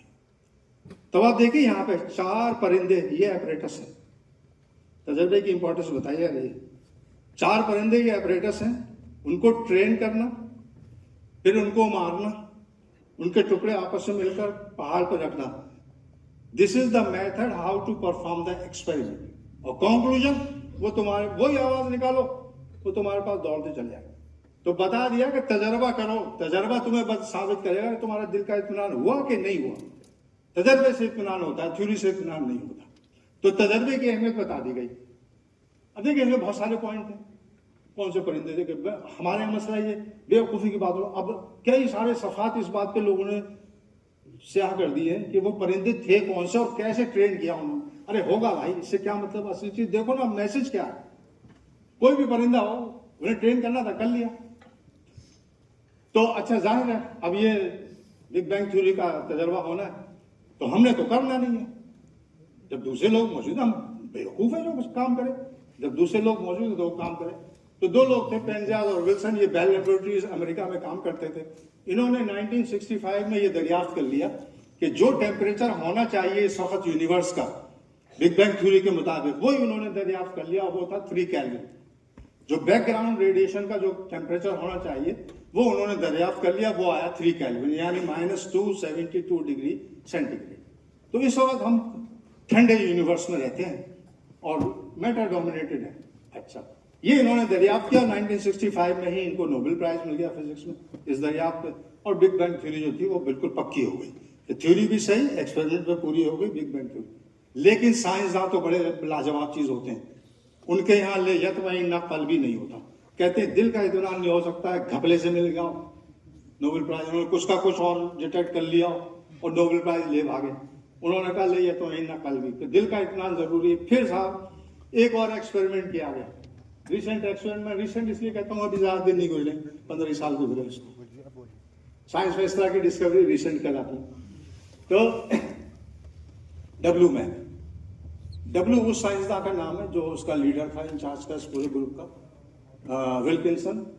और मैप का मतलब माइक्रो एनास्ट्रोपिक प्रोब, ये इसकी फुल फॉर्म है, Wilkinson microwave anisotropy probe, W MAP. इसने क्या किया कि इन्होंने एक आसमान में सैटेलाइट भेजा और कुछ और तरह तरह के इंस्ट्रूमेंट लगाए, उन सबको मिला मुलू कर एक डेटा तैयार किया और नतीजा वही आया कि 3 केल्विन का टेम्परेचर आ गया, यानी कॉस्मिक माइक्रोवेव बैकग्राउंड रेडिएशन जो था, जैसा थ्योरी में डिटेक्ट किया गया था वैसा ही एक्सपेरिमेंट में, जैसा थ्योरी में प्रिडिक्ट किया गया था वैसा ही एक्सपेरिमेंट में आ गया। और देखिए किस तरह का आया। अगर ये तस्वीर आपको नजर आ रही हो, क्योंकि लाइटें बहुत हैं, और खास करके इन्होंने मेरे चेहरे पे लाइटें ज्यादा डाल दी। देखिए जरा, अगर गौर से देखिएगा शायद नजर आ जाए, ये लाल रंग नजर आ रहा है आपको, है? बस तो देखिए, जहां जहां ये लाल रंग है, पूरे इसमें नहीं है, थ्रू आउट द स्काई फैला हुआ, थ्रू आउट द यूनिवर्स ये लाल रंग थोड़ा थोड़ा पैचेज में फैला हुआ, यही वो माइक्रोवेव बैकग्राउंड रेडिएशन है जो एक्सपेरिमेंट के जरिए डिटेक्ट किया गया। तो जिसके नतीजे में हुआ ये कि बिग बैंग थ्योरी जो है वेरीफाई भी हो गई और एक्सेप्ट भी हो गई। वो बिग बैंग थ्योरी जिसका इशारा सूरह अंबिया में दिया, समझे जी। हमसे कहा गया ये बाबरकत किताब हमने इसलिए नाजिल की है ताकि लोग इसमें इसकी आयतों में गौर व फिक्र करें और अहले इल्म नसीहत करें। अल्हम्दुलिल्लाह सारे अहले इल्म बैठे हैं ना, तो नसीहत क्या करें, कुछ भी नहीं। आइए देखें, वो जो पहले मैंने कहा था कि जैसे ही यूनिवर्स शुरू हुआ फौरन फौरन पार्टिकल क्रिएट हो गया। क्या कुरान इस बारे में कहता है कुछ पार्टिकल क्रिएशन के बारे में? यकीनन कहता है। सूरह यूनुस की आयत देखिए, आयत बहुत बड़ी है, मैं इसके चंद हिस्से पढ़ूंगा सिर्फ, और चंद हिस्सों में देखिए ये एक हिस्सा है वह, और तुम जिस हाल में होते हो या कुरान में कुछ पढ़ते हो या तुम लोग कोई और काम करते हो, जब इसमें मसरूफ होते हो तो हम तुम्हारे सामने होते हैं। अल्लाह ताला कह रहे हैं, और तुम्हारे रब से जर्रा बराबर भी कोई चीज पोशीदा नहीं है, न जमीन में, न आसमान में, न कोई चीज इससे छोटी या बड़ी। जर्रा बराबर भी कोई चीज अल्लाह ताला से छुपी हुई नहीं है। जब मैं पढ़ता था यहाँ इस यूनिवर्सिटी में BSc फर्स्ट ईयर में, तो हमें बताया जाता था atom is the smallest part of an element. जाहिर है 1968 की बात है, उस जमाने में यही थ्योरी थी कि atom is the smallest part of an element. अब ऐसा नहीं है, एटम नहीं है स्मॉलेस्ट पार्ट। एटम को अरबी में कहते हैं जर्रा। यह आयत कहती है जर्रे से भी कोई चीज छोटी होती है, ठीक है। अब उस जर्रे को आप कहिए कि ये एटम है, तो अब इस जर्रे से भी कोई छोटी चीज होती है, तो हर छोटी चीज से छोटी चीज छोटा जर्रा होते होते आप वहीं पे आ टिकोगे जो हिग्स बोसोन की बात है, पहला पार्टिकल। तो वो पहला पार्टिकल भी अल्लाह ताला की नजर से छुपा हुआ नहीं है, इसी को एलिमेंट्री पार्टिकल्स कहते हैं। अब तक तकरीबन 200 एलिमेंट्री पार्टिकल हम डिटेक्ट कर चुके हैं, ये क्वार्ट्स और बोसोन वगैरह वगैरह बहुत सारे हैं जिनके नाम वो पार्टिकल फिजिक्स में आता है वो सारा प्रोग्राम। तो बताया गया कि पार्टिकल क्रिएशन है, जो साइंसदानों ने कहा वो नहीं, सिर्फ वही नहीं बल्कि कुरान में भी जिक्र है। अब जिस यूनिवर्स में हम रहते हैं वो यूनिवर्स एक्सपेंडिंग यूनिवर्स है, मुस्तकिल फैल रहा है। कुरान की आयत कहती है सूरह ज़ारियात में आयत नंबर 47, वह समाए बने नहा बेहदी व इन्ना लमौसिऊन, और अल्लाह ताला ने आसमान को अपनी कुदरत से बनाया और इसको मुस्तकिल एक्सपेंशन दे रहे हैं। लमौसिऊन का मीन मुस्तकिल एक्सपेंशन है, या जिससे टेक्निकल जबान में एक्सेलरेटेड यूनिवर्स है। यूनिवर्स जो है मुस्तकिल एक्सपेंड हो रहा है, बहुत तेजी के साथ एक्सपेंड हो रहा है, ये शायद ये कहती है। और जबकि इसी से मिलती जुलती बहुत सारी आयतें दी गई हैं कुरान में। सूरह गाशिया जो आमतौर से जुमे की नमाज की दूसरी रकत में पढ़ी जाती है, टेक्निकली बहुत सारे लोग पढ़ते हैं, बहुत सारे नहीं भी पढ़ते। तो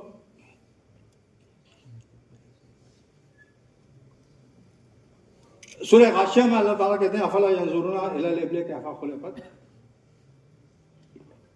क्या इन लोगों ने ऊंटों को नहीं देखा कि किस तरह से पैदा किया। वह इलल समाई कैफा रुफियत, और आसमान को कैसे वसअत दी, कैसे एक्सपेंड किया। अब देखिए ये तस्वीर दी हुई है वो ऊंट की। अच्छा, अब कोई ये पूछेगा भाई ऊंट का जिक्र क्यों किया? तो देखिए बहुत सारे अक्सर लोग मुझसे सवाल करते हैं कि कुरान करीम में सिर्फ चंद चीजों का जिक्र है। मिसाल के तौर पर फलों में देख लीजिए, चंद फल हैं जिनका जिक्र है। अमरूद का जिक्र कहीं नहीं है, सेब का जिक्र कहीं नहीं, तो इसका मतलब अमरूद और सेब खराब फल हुए, क्योंकि कुरान में तो इनका जिक्र है नहीं, है ना।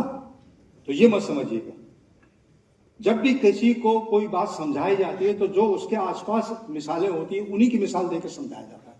जो फल अरब में होते थे उन्हीं फलों की मिसाल देकर समझाया गया है। अब वहां कहे थे गन्ना, तो अरब जानते नहीं गन्ना कहते किसे हैं भाई, तो कैसे समझते? सिर्फ उन्हीं पैगंबरों का जिक्र आया जो अरब में पाए जाते थे, अरब के आसपास के इलाकों में। और जबकि कुरान ये कहता है कि कोई उम्मत ऐसी नहीं कि जिसमें हमने कोई खबरदार करने वाला नहीं भेजा। अब अगर उन्हें बताते मोहम्मद सल्लल्लाहु अलैहि वसल्लम के ब्राजील में फलाने को पैगंबर आए थे, तो वो तो ब्राजील जानते ही नहीं, वो कैसे समझते? तो इसलिए कुरान में जो चीजें मिसाल के तौर पे बयान की गई वो इसलिए कि वो आसपास है। हम अपनी टीचिंग में भी तो यही करते हैं, कोई चीज समझानी हो तो अपने आसपास की चीजें देखते हैं, उसके जरिए समझाते हैं। ये थोड़ी कहते हैं हनोलुलु में ये काम हुआ था, बंदे को हनोलुलु नहीं पता कहाँ है, तो क्या खाक समझेगा? तो मेन चीज यही है। तो कुरान करीम में आप ये ना समझे कि ऊंटों का जिक्र क्यों किया, इससे भी ऊंट से भी पेचीदा जानवर पाए जाते हैं, उनके बारे में तो नहीं कहा गया, ऊंट को कहा गया क्योंकि ऊंट वहां पाया जाता है, हर शख्स देखता है ऊंट के बारे में। तो कहा गया देखो ऊंटों को हमने किस तरह पैदा किया। फिलहाल ऊंट पे बहस करने का वक्त नहीं है, बस सिर्फ इतना देखें कि आसमान को किस तरह से वजह समाए कैफा रुफियत, और हमने आसमान को कैसे वुसअत दी, वुसअत मींस एक्सपेंड किया।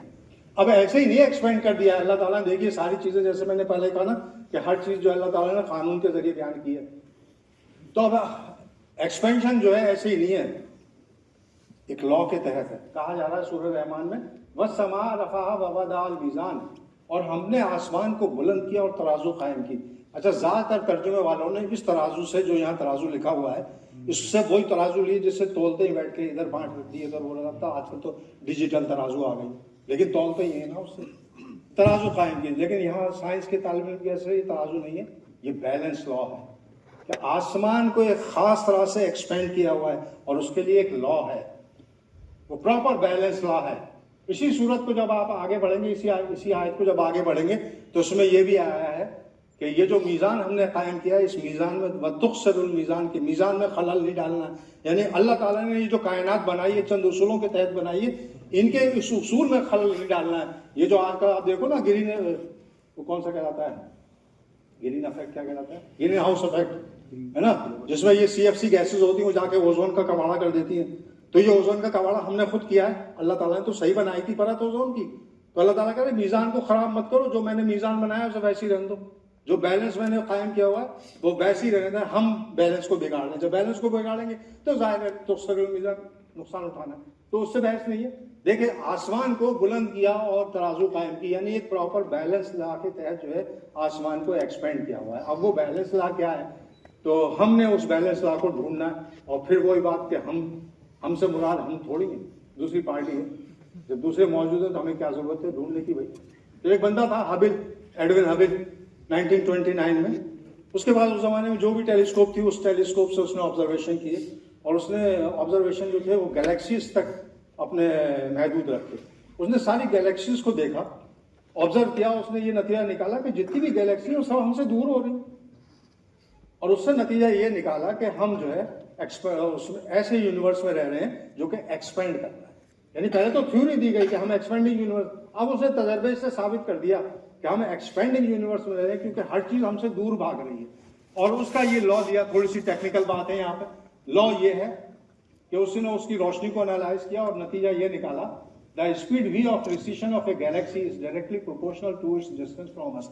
यानी जितनी भी गैलेक्सीज है वो हमसे दूर भाग रही है, और उनका जो भागने की जो रफ्तार है वो हमारे डिस्टेंस के डायरेक्टली प्रोपोर्शनल है। ये उसने बयान दिया। तो इसका मतलब ये है जब हर चीज हमसे दूर भाग रही है तो क्या हम यूनिवर्स के सेंटर पे हैं? हर चीज तो हमसे दूर भाग रही है। तो आंसर है नहीं, बिल्कुल नहीं, हम यूनिवर्स के सेंटर पे। कैसे? तजर्बा देखिए, आसान सा तजर्बा है। एक गुब्बारा ले लीजिए, बैलून ले लीजिए, उस गुब्बारे पे कुछ डॉट्स बना दीजिए, पेन से, स्केच पेन से डॉट बना दिए, और मान लीजिए ये डॉट जो है गैलेक्सीज को रिप्रेजेंट करते हैं। जो डॉट्स बनाए वो मान लीजिए गैलेक्सीज को रिप्रेजेंट करते हैं। अब इस बैलून में हवा भरी है, उस गुब्बारे में हवा भरेंगे, जैसे हम हवा भरेंगे गुब्बारा फैलता चला जाएगा, ये सारे डॉट एक दूसरे से दूर होते चले जाएंगे। ठीक है ना? सारे डॉट जो है जैसे आप हवा भरोगे सारे डॉट एक दूसरे से दूर होते चले जाएंगे। इसका मतलब ऑब्जर्वर किसी भी पर्टिकुलर गैलेक्सी को उसको लगेगा कि सारी गैलेक्सी उससे दूर जा रही है। तो इसका मतलब हम जो है एक एक्सपेंडिंग यूनिवर्स में रह रहे हैं, और कोई भी ऑब्जर्वर जो है उसकी कोई प्रिविलेज्ड पोजीशन नहीं है, कोई खास पोजीशन नहीं है। उसे लग रहा है, आपका ऑब्जर्वर किसी भी गैलेक्सी पे बैठा हो उसे लगेगा कि हर गैलेक्सी उससे दूर भाग रही है। तो so we are living in a expanding universe. तो जो कुछ मैंने कहा ये अंग्रेजी में लिखा हुआ। तो no observer in the universe has a privileged position, और in fact we are the whole universe is expanding. सारा का सारा यूनिवर्स एक्सपेंड कर रहा है। अब किसी तरकीब से, तरकीब तो नहीं पता लेकिन सोच तो सकते हैं ना, किसी भी तरकीब से हम ये करें कि we roll back into time, यानी टाइम में पीछे की तरफ आना शुरू करें। आहिस्ता आहिस्ता एक्सपेंशन था ना, अब आहिस्ता आहिस्ता वही रोल बैक करके आ रहे हैं, तो उसी एक पॉइंट पे आ जाएंगे ना जहां से यूनिवर्स शुरू हुआ था। So the thing is like this, if somehow we roll back in time, then all the matter will shrink to a single point of high density. This means that the universe is created out of a point that is nothing. Allah has created this universe out of nothing, जिसको technical जबान में हम singularity कहते हैं physics की जबान में। ये सिनारियो है कि बिग बैंग के बाद जब टाइम आहिस्ता आहिस्ता गुजरा तो कौन सी चीजें कैसे बनी वगैरह वगैरह, वो 3-4 लेक्चर का मटेरियल है। मैं तस्वीर देख लें कि हर चीज जो है कैसे क्रिएशन हुआ वगैरह। अब देखते हैं जो एग्जिस्टिंग मॉडल है, बिग बैंग से शुरू हुआ, ये तो तय हो गया कि बिग बैंग से यूनिवर्स शुरू हुआ। अब तरह तरह के जो मॉडल है यूनिवर्स के, सबसे पहले आता है ओपन यूनिवर्स। ओपन यूनिवर्स, इस यूनिवर्स में बिग बैंग से शुरू हुआ और फैलना शुरू हुआ और from an extremely dense primeval clump of energy से ही एक्सपेंड होना शुरू हुआ। इसके अंदर कम मैटर होता है जिसकी वजह से एक्सपेंशन रुक नहीं पाता, और एक्सपेंशन जो वो हमेशा हमेशा के लिए होता है, तो चुनांचे हर चीज हमसे दूर होती चली जाती है और सारी गैलेक्सीज बहुत दूर पहुंच जाती है, इतनी दूर पहुंच जाती है कि नजर आना ही बंद हो जाती है। और जब नजर आना बंद हो जाती है तो फिर ये ओपन यूनिवर्स जो है अनऑब्जर्वेबल हो जाता है, हम इसे देख ही नहीं सकते। एक कंसेप्ट, एक मॉडल तो ये दिया जो थ्योरेटिकल फिजिसिस्ट थे, एस्ट्रोफिजिसिस्ट थे, उन्होंने एक मॉडल ये दिया। दूसरा मॉडल है क्लोज यूनिवर्स का। तो ये मॉडल कहता है कि expand with time from A super dense original point. एक सुपर डेंस ओरिजिनल पॉइंट था, वहां से ये एक्सपेंड हुआ और इसके अंदर बहुत सारा मैटर बहुत ज्यादा होता है, तो उसकी वजह से एक्सपेंशन पर ब्रेक लग सकता है। तो एक्सपेंशन में will stop but the inward pull of gravity will not according to this universe start. अब चूंकि और फिर ये एक सर्टेन स्टेज पे जाके ये यूनिवर्स जो है ये कंट्रैक्ट होना शुरू होता है। तो कंट्रैक्शन जो है यूनिवर्स का वो एक्सपेंशन की मिरर इमेज है, यानी अगर हम बीच में मिरर रख दें तो ऐसे एक्सपेंड हुआ तो अब इस तरह से कंट्रैक्ट होगा। जाहिर है ये फाइनाइट साइज में भी है और टाइम में भी है, और शुरू में इसमें लार्ज डेंसिटी शुरू में थी, वो स्मॉल वैल्यू को हो जाएगी और फिर जब कंट्रैक्शन स्टार्ट होगा तो फिर वो लार्ज वैल्यू पे आ जाएगी और फिर सारा का सारा मैटर जो है वो कोलैप्स हो जाएगा, और उस कोलैप्स की वजह से बहुत ज्यादा हीट जनरेट होगी और उस कोलिजन की वजह से बहुत ज्यादा हीट जनरेट होगी जब सारा मैटर कोलैप्स कर जाएगा। और टोटल कोलैप्स के वक्त जब टोटल कोलैप्स होने वाला होगा तो उस वक्त temperature will be so high, very very high, that the whole universe will be so bright, that is radiation dominated, that stars and other celestial objects will cease to shine due to contrasting darkness. So a closed universe then approaches to its end. यानी कहा यह जा रहा है कि जिस वक्त total collapse का वक्त होगा उस वक्त टेम्परेचर बहुत ज्यादा होगा, रेडिएशन बहुत ज्यादा होगा, उस रेडिएशन की वजह से सितारे और सूरज और दूसरी जितनी चीजें जो चमकदार चीजें हैं वो नजर आना बंद हो जाएंगी, शाइन तो कर रही होंगी लेकिन नजर आना बंद हो जाएंगे। क्यों? इसलिए बहुत सिंपल सा आंसर है इस बात का कि आप यहाँ पर ये कैंडल मान लीजिए, अभी मैंने कहा mathematician are crazy people they can suppose anything to be anything, तो दिस इज ए कैंडल है, इस कैंडल को जला दीजिए। इस कैंडल के पीछे एक 10,000 वाट का बल्ब जलाइए तो इस कैंडल जल तो रही है, आपको नजर नहीं आएगी कि जल रही है ना, क्योंकि बैकग्राउंड जब तक डार्क नहीं होगा जब तक रोशनी नजर नहीं आती। तो चूंकि बैकग्राउंड जो है बहुत ज्यादा रेडिएशन डोमिनेटेड होगा तो दे सीज टू शाइन, शाइन तो कर रहे होंगे, हमें नजर नहीं आएंगे, दे सीज टू शाइन। ये टोटल कोलैप्स से पहले होगा। तो फिर ये यूनिवर्स, क्लोज यूनिवर्स जो है ये जैसे शुरू हुआ था बिग बैंग से वैसे खत्म भी होगा। तो इस यूनिवर्स की एक बिगिनिंग भी है और एक एंड भी है।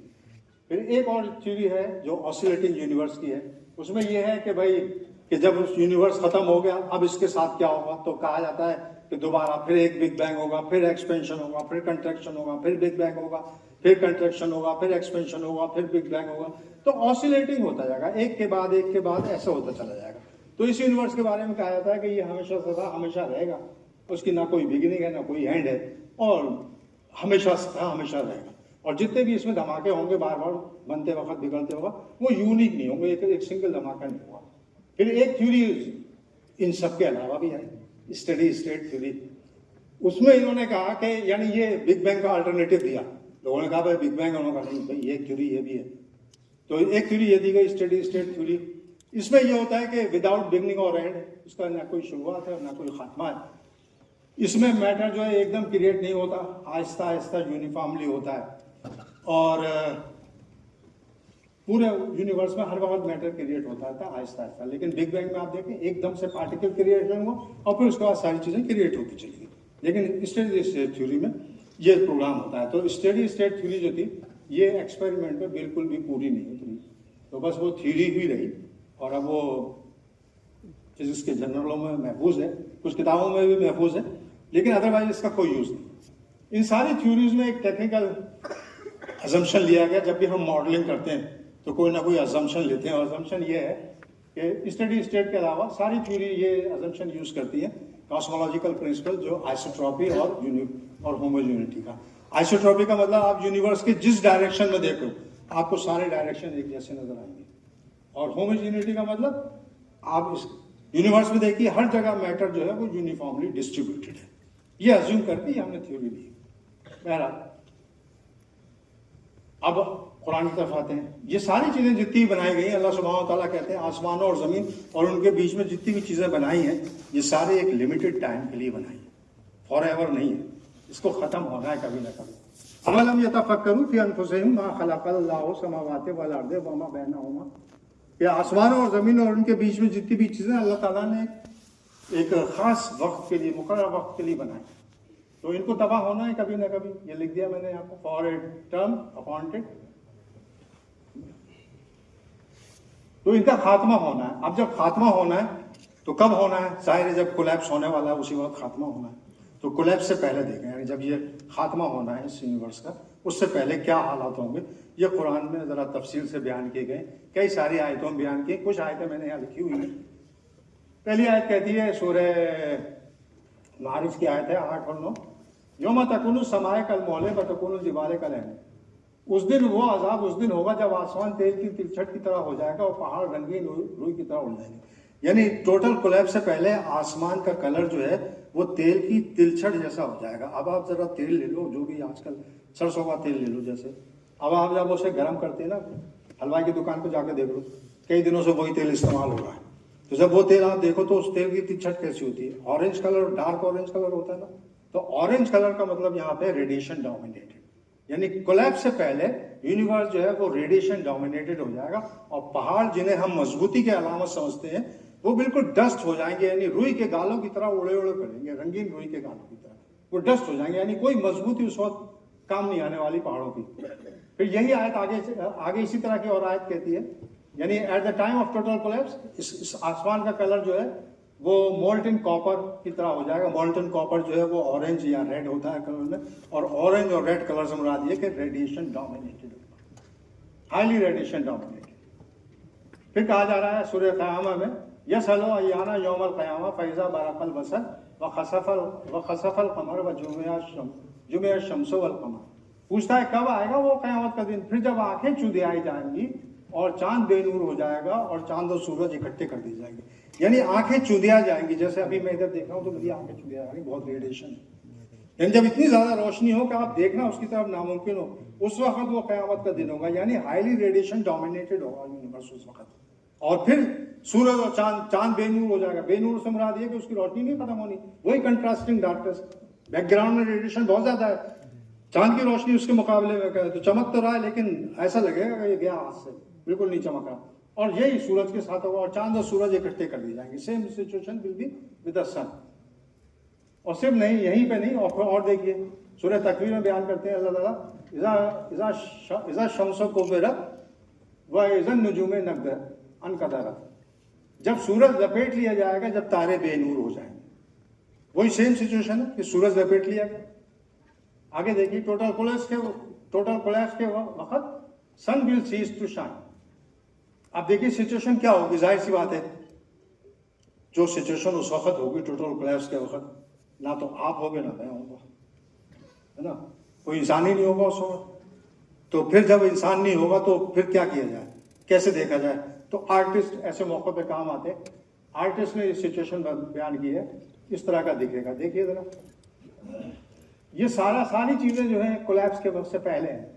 कितनी ब्राइटनेस है, तो जहां इस जगह सेंटर में जो ब्राइटनेस है, यहाँ पे चीजें रोशन तो हैं लेकिन नजर नहीं आ रही। तो ये कोलैप्स से पहले का वक्त है ये, कि हाईली रेडिएशन डोमिनेटेड जो है हमारा यूनिवर्स होगा, कि जिसकी वजह से हमें सारी चीजें नजर आना बंद हो जाएंगी। एंड सो अब इस वक्त क्या होना है कि एक साइन ऑफ ब्लास्ट है, यानी एक अजीम धमाका होगा जिसका जिक्र कुरान करीम में कहा गया है सूरह हज में कि अल्लाह ताला से डरो कि क़यामत का जो ज़लज़ला है, क़यामत का जो भौचाल है वो बड़ा ज़बरदस्त है, अल्लाह ताला से डरो। साइन ऑफ ब्लास्ट है कि एक धमाका होगा नियर द एंड, यानी टोटल कोलैप्स के वक्त जो है होगा। और इसी को दूसरी तरह से समझाया गया है कि जब फ़ैज़ा नफ़ख़ा फ़ी सूर नफ़क़न वाहिदतन, और फिर जब एक बार सूर में फूंक मार दी जाएगी, मतलब हमारा बिलीव ये है कि इसराफील अलैहिस्सलाम एक अल्लाह के फरिश्ते हैं, वो सूर लिए बैठे। सूर का मतलब ये कि ट्रम्पेट, यानी एक म्यूजिकल ऑर्गन लिए बैठे हुए हैं, और वो म्यूजिकल ऑर्गन जो है वो उसमें से आवाज़ निकालेंगे तो सारी की सारी जो है ये सब चीज़ें, जो भी पूरा यूनिवर्स है सारा का सारा तबाह हो जाएगा। और कैसे तबाह हो जाएगा, बड़ा आसान सा इसका जवाब है। तो इसको पहले देख लें क्या कहता है कि फिर जब सूर में एक बार फूंक मार दी जाएगी तो ज़मीन पहाड़ दोनों उठा लिए जाएंगे, फिर एक बार तोड़ फोड़ करके बराबर कर दिए जाएंगे। तो उस रोज़ वो हो पड़ेगी, होने वाली यानी क़यामत हो पड़ेगी, और आसमान फट जाएगा क्योंकि वो कमज़ोर होगा। अब देखिए किस तरह से होगा, यानी सूर का मतलब ये कि ट्रम्पेट है हमारे पास, एक म्यूजिकल ऑर्गन है, वो बुगुल कहते हैं जिसे देखा होगा। आजकल तो बड़े म्यूजिकल बैंड होते हैं, यहाँ हमारी यूनिवर्सिटी में भी होता है म्यूजिकल बैंड, अक्सर वो बजाते रहते हैं ट्रम्पेट। तो ट्रम्पेट अरबी में से सूर कहते हैं, यानी म्यूजिकल ऑर्गन। तो इसराफील अलैहिस्सलाम उससे आवाज़ निकालेंगे, तो साउंड वेव के जरिए जो है तबाही आने वाली है, जो ब्लास्ट होगा यानी जो सूर फेंकेंगे। तो कैसे आने वाली साउंड वेव से ये तबाही मुमकिन है मुमकिन। हम यही करके देख लेते हैं तजर्बा। देखिए ये गिलास है, बोतल नहीं है, गिलास है, गिलास में पानी भरा हुआ है, यहाँ तक पानी भरा हुआ है। आप देखिए जो पानी भरा है ना, जैसे मैंने हिलाया तो इसमें किस तरह की वेव्स आई ना, है ना, वेव्स हैं इसके अंदर, वाटर है, जो भी लिक्विड है उसके अंदर वेव है। अब हर वेव की एक फ्रीक्वेंसी होती है। अब म्यूजिकल ऑर्गन जो है साउंड वेव है, अब साउंड वेव की भी एक फ्रीक्वेंसी होती है। अब अगर उस साउंड वेव की फ्रीक्वेंसी इस वाटर वेव की फ्रीक्वेंसी से ज्यादा हो गई तो ये गिलास टूट जाएगा। और जितने भी ये जाज सिंगर्स होते हैं वो यही करके दिखाते हैं, बाकायदा अपना वो वायलिन ले लेते हैं और वायलिन से वो फ्रीक्वेंसी निकालते हैं जो इस पानी के गिलास की जो पानी है उसकी फ्रीक्वेंसी से ज्यादा होती है वो म्यूजिकल ऑर्गन, तो चुनांचे गिलास टूट जाता है। तो अब जो सूर फूका जाएगा उस सूर की जो फ्रीक्वेंसी होगी, उस साउंड वेव की जो फ्रीक्वेंसी होगी वो इतनी होगी कि दुनिया की जितनी भी चीजें हैं उन सब की नेचुरल फ्रीक्वेंसी से ज्यादा होगी, तो हर चीज टूट जाएगी। एक और मिसाल समझिए कि जब जो है फौजी लोग जो है किसी ब्रिज को क्रॉस करते हैं तो जो उनका कमांडर होता है तो वो उनसे कहता है आप अपने, यानी आमतौर से ऐसे चलते हैं ना फौजी लेफ्ट राइट करते हुए, तो जब ब्रिज क्रॉस करते हैं तो उनका कमांडर कहता है आप अपने स्टेप जो है नॉर्मल कर लें, कहीं ऐसा ना हो कि आपके इस स्टेप्स की वजह से वो फ्रीक्वेंसी डेवलप हो जाए जो ब्रिज की फ्रीक्वेंसी से ज्यादा हो और ब्रिज कोलैप्स कर जाए। सो चुनांचे यही किया जाता है फौजों में जब फौजें एक ब्रिज को क्रॉस करती हैं। इस फिनोमेना को टेक्निकल जबान में रेजोनेंस कहते हैं। और अगर किसी इंटरेस्टेड बंदे को ख्वाहिश हो तो भाई वो यहाँ देख ले, इस किताब में दी हुई है सारी चीजें। ये मेरी किताब है एक, और कोई इश्तार समझ लें इसका। सबसे पहले ये 1999 में पहला एडिशन आया था और सेकंड एडिशन फिर 2004 में आया, थर्ड एडिशन 2016 में आया, और फिर उसके बाद से इसके प्रिंट आते रहे बीच बीच में। 21वां प्रिंट जो लेटेस्ट है वो 2021 में आया। और आई एम प्राउड टू से, हालांकि फख्र नहीं करना चाहिए लेकिन बताना ज़रूर चाहिए, इसलिए कि नई जनरेशन को कैसे पता चलेगा कि उनके बुजुर्ग हजरात किस तरह की हरकतें किया करते थे। तो ये पिछले 26 साल से बेस्ट सेलर चल रही है। हिंदुस्तान की कोई मेजर यूनिवर्सिटी नहीं है जिसमें ये सेकेंड ईयर और फर्स्ट ईयर के कोर्स में प्रिस्क्राइब ना हो, हर जगह प्रिस्क्राइब है। और सिर्फ इंडिया ही में नहीं बल्कि बाज़ हिंदुस्तान की रियासतों ने तो ज़्यादा करम किया है, खास करके तेलंगाना और आंध्र प्रदेश, उन्होंने अपनी मिनिस्ट्री ऑफ एजुकेशन से ये पास कर दिया है कि ये किताब उनकी हर यूनिवर्सिटी में चलेगी। हर यूनिवर्सिटी में ये किताब है प्रिस्क्राइब। और हिंदुस्तान में नहीं, जापान, रशिया की कुछ यूनिवर्सिटी और चेक रिपब्लिक, जॉर्डन, पूरे मिडिल ईस्ट में तकरीबन सारी यूनिवर्सिटी में प्रिस्क्राइब है ये, और मैक्सिको में ये वो है जो लोगों ने मुझे बताया, थाईलैंड, फिलीपींस, मलेशिया, इन जगहों पर भी ये बुक प्रिस्क्राइब है। तो बहरहाल 26 साल से कोई किताब चल रही तो कुछ तो होगा यार, इसमें पढ़ लेना खुद ही। एनीवे, अब पहला ब्लास्ट हो गया, अब उसके बाद दूसरा ब्लास्ट होगा। वो कुरान कहता है वनफ़िक़ा फ़ी सूर फ़सइक़ा मन फ़ी समावाति व मन फ़िल अर्ज़। और जब सूर फूंका जाएगा तो जो लोग आसमान में और जो जमीन में सब बेहोश होकर गिर पड़ेंगे, मगर जिसको खुदा चाहे। फिर दूसरी दफा सूर फूंका जाएगा, सब खड़े होंगे। यानी एक मरतबा तो वो सूर फूंका गया तो सब चीजें तबाह नबाह हो गई, फिर दोबारा सूर फूंका गया तो सारे के सारे उठ खड़े। ये कुरान का कंसेप्ट है। देखिए, इसका अभी साइंस से फिलहाल लेना देना नहीं है, साइंस अभी आएगी बाद में। कुरान ये बताता है कि दूसरी दफा होगा। ओके, दूसरा बिलास भी होगा। अब दूसरे बिलास के बाद अल्लाह ताला क्या कह रहे हैं, यौमा तुबद्दिलुल अर्दु गैरल अर्दि वस समावात, के जिस दिन ये सारा दोबारा सूर फूंक हो जाएगा तो फिर अल्लाह ताला इस जमीन को दूसरी जमीन से रिप्लेस कर देगा, इस आसमान को दूसरे आसमान से रिप्लेस कर देगा। इसका मतलब नया process of creation will start. ठीक है, ये जो हमारे जन्नत दोज़ख का तस्वुर है वहीं से तो आया। जब सब चीजें तबाह हो गई तो जन्नत दोज़ख भी निकल ली, वो कहीं कहीं और जगह पाई जाती है, दोबारा बनेगी सारी चीजें। ये पाई जाती हो तो हमें अभी नहीं पता कहाँ पाई जाती है। तो after the total collapse, the present earth shall be replaced by a new earth, and so are the sky. So new process of creation will take place. अब किस तरह से होगा, अल्लाह ताला एक ही जगह बात नहीं बताते, बार बार समझाते हैं। देखिए, यहाँ पे एक बात मैं बता दूं आपको कि कुरान की आयत को समझने का एक सिंपल सा तरीका है। आप कुरान की कोई आयत समझना चाहते हैं, नहीं आ रही समझ में, बात आयतें तो बहुत आसान होती है, फौरन समझ में आ जाती, बात ऐसी होती नहीं आती समझ में, तो अब आप उसी से मिलती जुलती आयत तलाश कर रहे हैं कुरान में, कहीं ना कहीं होगी जरूर, उसे तलाश करें, दोनों को मिला लें, बात समझ में आ जानी फौरन। तो ऐसी देखिए, दोबारा अल्लाह ताला ने एक बात कही कि दोबारा process create, new process of creation will take place. अब दोबारा कहा गया इसको यौम नत्विस समाए कहता है सिजले, यानी जिस दिन हम आसमान को लपेट लेंगे। आसमान को लपेटने मतलब क्या, कि भाई ऐसा करते हैं ना हम, कोई भी, जैसे अभी मैं काम कर रहा हूँ, मिसाल के तौर पे कोई भी काम कर रहा हूँ, जैसे ये कोई काम किया, इसमें मैंने लिख लिया, उसका क्या करते हैं आप ऐसे लपेट लपाट के इधर डाल देते हैं, काम पूरा हो गया, रजिस्टर लपेट कर रख दो। तो सूरज का काम पूरा हो गया, दुनिया खत्म हो गई, अब इसे लपेट दिया जाएगा। और फिर अल्लाह कह रहे हैं इवन एज वी, और फिर हम क्या करेंगे, हम बिल्कुल दोबारा जो है जमीन और आसमान पैदा करेंगे, बिल्कुल वैसे ही जैसे हमने पहले पैदा किया था। पहले पैदा किया ना जमीन आसमान, अब कह रहे हैं दोबारा वैसे ही पैदा करेंगे। ये हमारा वादा है, हम ऐसा जरूर करने वाले। इन्ना कुन्ना फाइल वादन अलैना इन्ना कुन्ना फाइल, ये हमारा वादा है और हम जरूर करने वाले। तो अल्लाह ताला का वादा सच्चा होता है, ऐसे ही नहीं वादा है। तो अल्लाह ताला ने कह दिया दोबारा पैदा होगा, वैसे ही पैदा होगा जैसे शुरू में पैदा हुआ। शुरू में कैसे होता है, बिग बैंग से, तो फिर बिग बैंग होगा, फिर पैदाइश होगी दूसरे क्रिएशन, दूसरे यूनिवर्स की। जमीन और आसमान दूसरे बनाए जाएंगे, ये बताया गया भाई हमें। अब देखिए आगे, तो इसका मतलब ये हुआ कि ये पूरा जो मैंने अभी कहा, ये अंग्रेजी में लिखा हुआ, the present universe will B folded like a scroll of parchment. Parchment कहते हैं जो सफात होते हैं, काम करने के बाद आप लपेट के तब रख देते, उर्दू में ज्यादा गाढ़ी उर्दू में तूमार कहते हैं, कागजों का तूमार, है ना। तो क्योंकि इसका काम खत्म हो गया सूरज का, तो उसे लपेट के रख दो। तो अल्लाह ने चूंकि out of nothing universe create किया था, तो अब वो ही can create entirely new heaven, a new one at the end of the present universe, and entirely new universe will be created. तब देखिए इन सारी आयतों से नतीजा क्या निकलता। देखिए बड़े सब्र से आप लोग बैठ रहे हैं, मेरे ख्याल में 15-20 मिनट और बैठ जाइए, तकरीबन खत्म हो चला है काम। हाँ, यस, बड़ा मुश्किल काम होता है, मतलब नेक काम में बैठना। अभी फिल्म चल रही होती 3 घंटे पूरे पेशाब रोक के बैठे।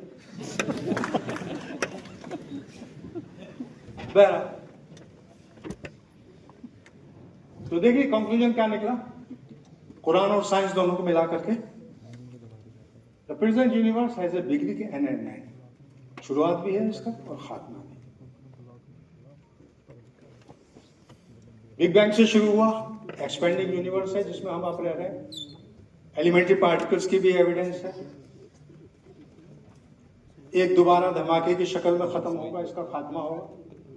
और near the total collapse the universe will be so bright that is the radiation dominated as was in the beginning, that sun moon and other stars will cease to shine due to contrasting darkness. यानी background में अगर darkness है तभी चमक नजर आती है, background अगर उससे ज्यादा ब्राइट है तो वो चमक नजर आना बंद हो जाती है।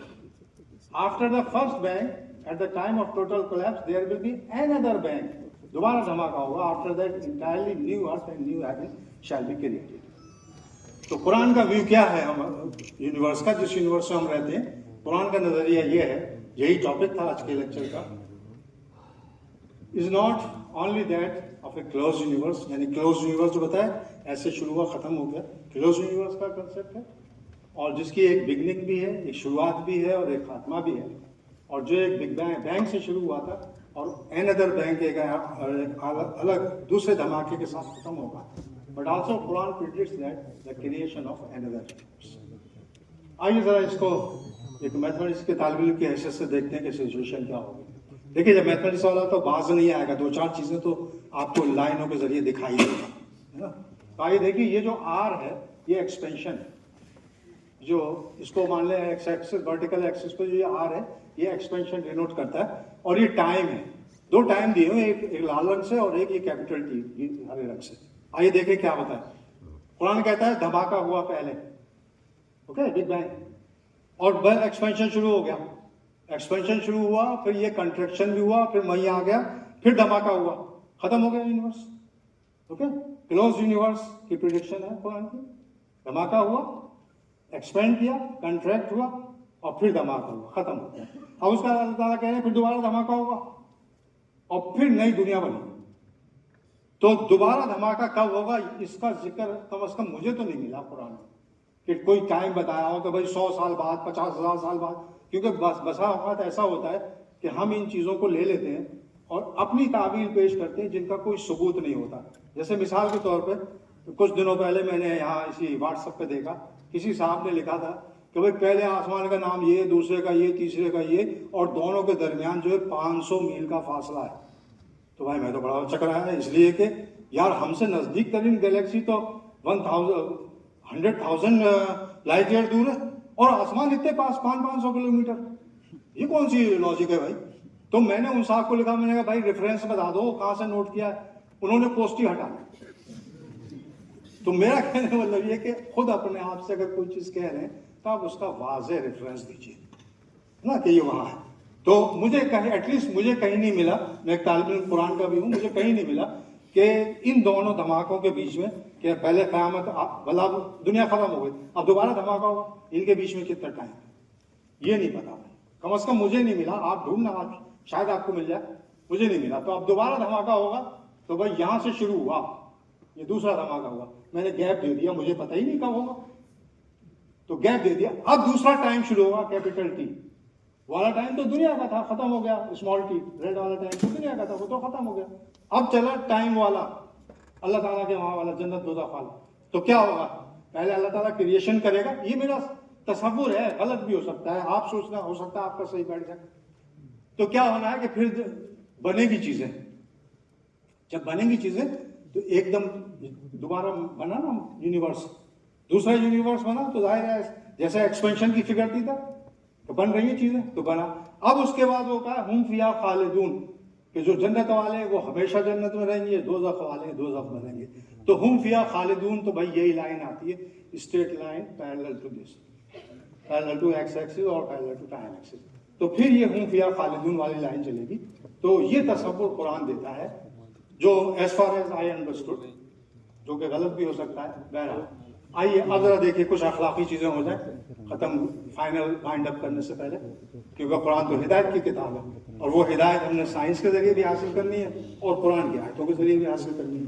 तो देखिए, जिस दुनिया में हम रहते हैं, जिस यूनिवर्स में हम रहते हैं, जरा देखें हम खुद कहाँ पाए जाते हैं। ये हमारी जमीन है, तो साइजेस का जरा देखते हैं, ये हमारी जमीन है, ये वीनस और दूसरे प्लैनेट। अब जरा देखिए, ये जो है जुपिटर है और कंपेयर कर रहे हैं, ये हमारी अर्थ है, समझे जी, इन प्लैनेट्स के मुकाबले में ये हमारी अर्थ है। अब जरा इन सारे प्लैनेट्स को सूरज से कंपेयर करते हैं, तो ये रहा हमारा सूरज और ये रही हमारी अर्थ, इतनी जरा सी सूरज के मुकाबले। सूरज एक सितारा है, याद रखिएगा, सूरज एक सितारा है। ये सारे प्लैनेट, जो 9 प्लैनेट हमारे पास हैं, वीनस और मरकरी, वीनस, अर्थ, मार्स वगैरह वगैरह, जितने 9 प्लैनेट हैं, इन सारे प्लैनेट को हम अगर सूरज में रख दें, रख तो सकते नहीं, कौन जाएगा लेके इन्हें वहां रखने, लेकिन ये कर सकते हैं कि हम इनके वॉल्यूम अवेलेबल है, सारे प्लैनेट्स के सूरज का वॉल्यूम अवेलेबल है, कंपैरिजन कर लें। तो जब कंपैरिजन करेंगे तो आप देखो कि सूरज की सिर्फ 2% जगह घेरेगी सारे प्लेनेट रखने के बाद।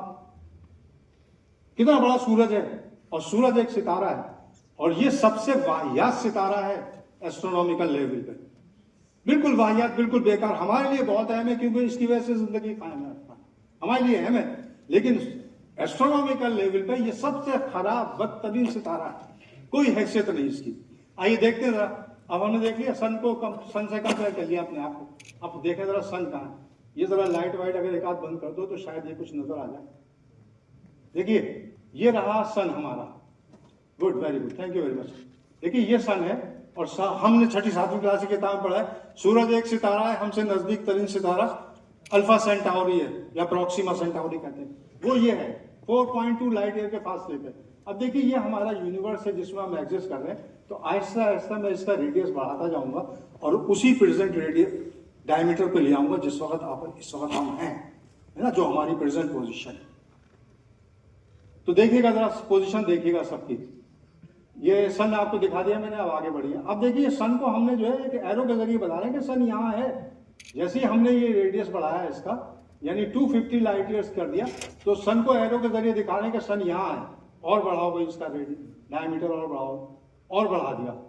अब ये बढ़ा के और किया तो तकरीबन 4000 लाइट ईयर किया। तो अब सन यहाँ बताया जा रहा है। सन कहाँ पे?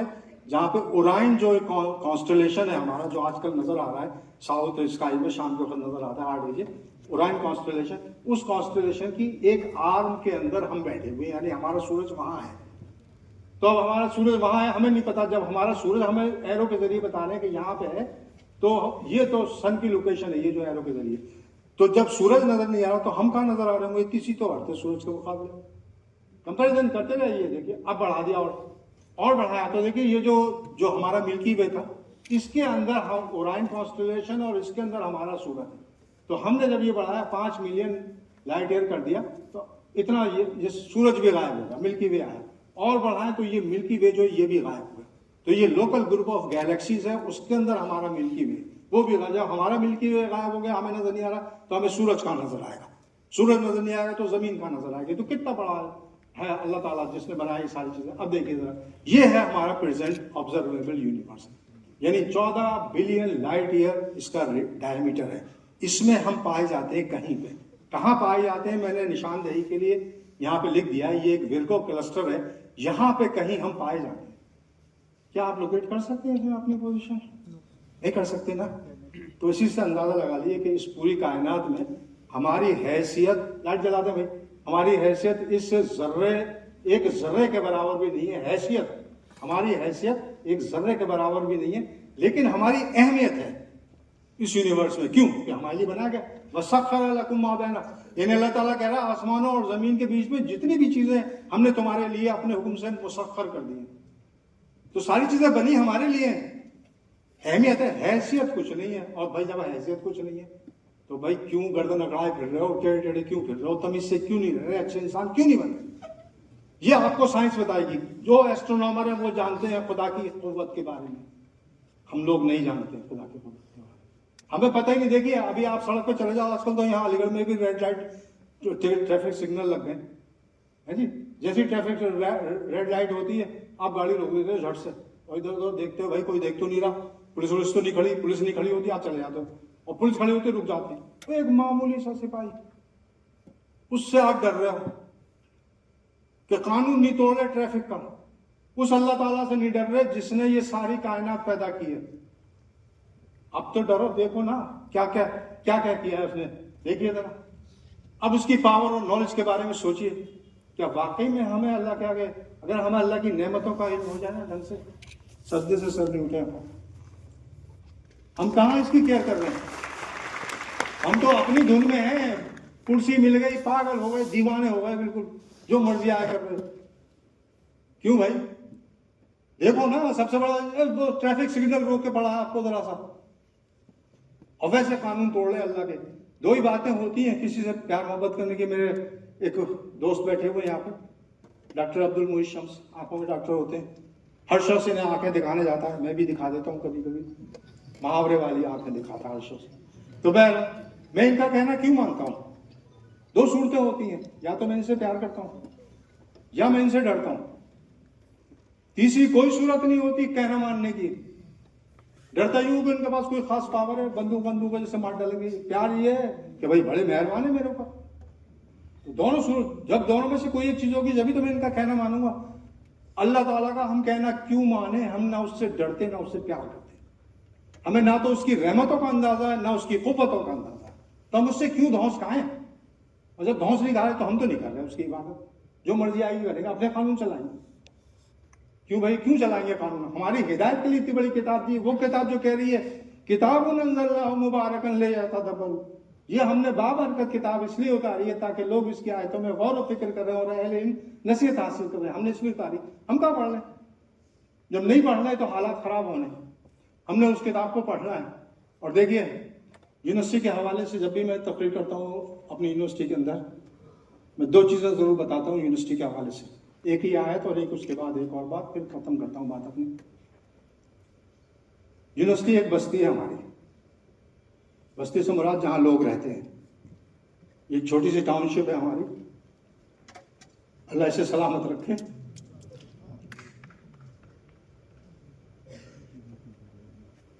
तो देखिए, इस आयत में अल्लाह सुब्हानहू व तआला हमें वार्निंग दे रहे हैं, और वो वार्निंग ये है कि अल्लाह ताला उसूल बता रहे हैं कि किसी भी बस्ती को कब तबाह किया जाता है। उसूल बताया जा रहा है कुरान के अंदर। कुरान उसूलों की बात करता है, हिदायतों की बात करता है। उसने प्रिंसिपल बता दिए, मर्जी आपकी, करो ना करो।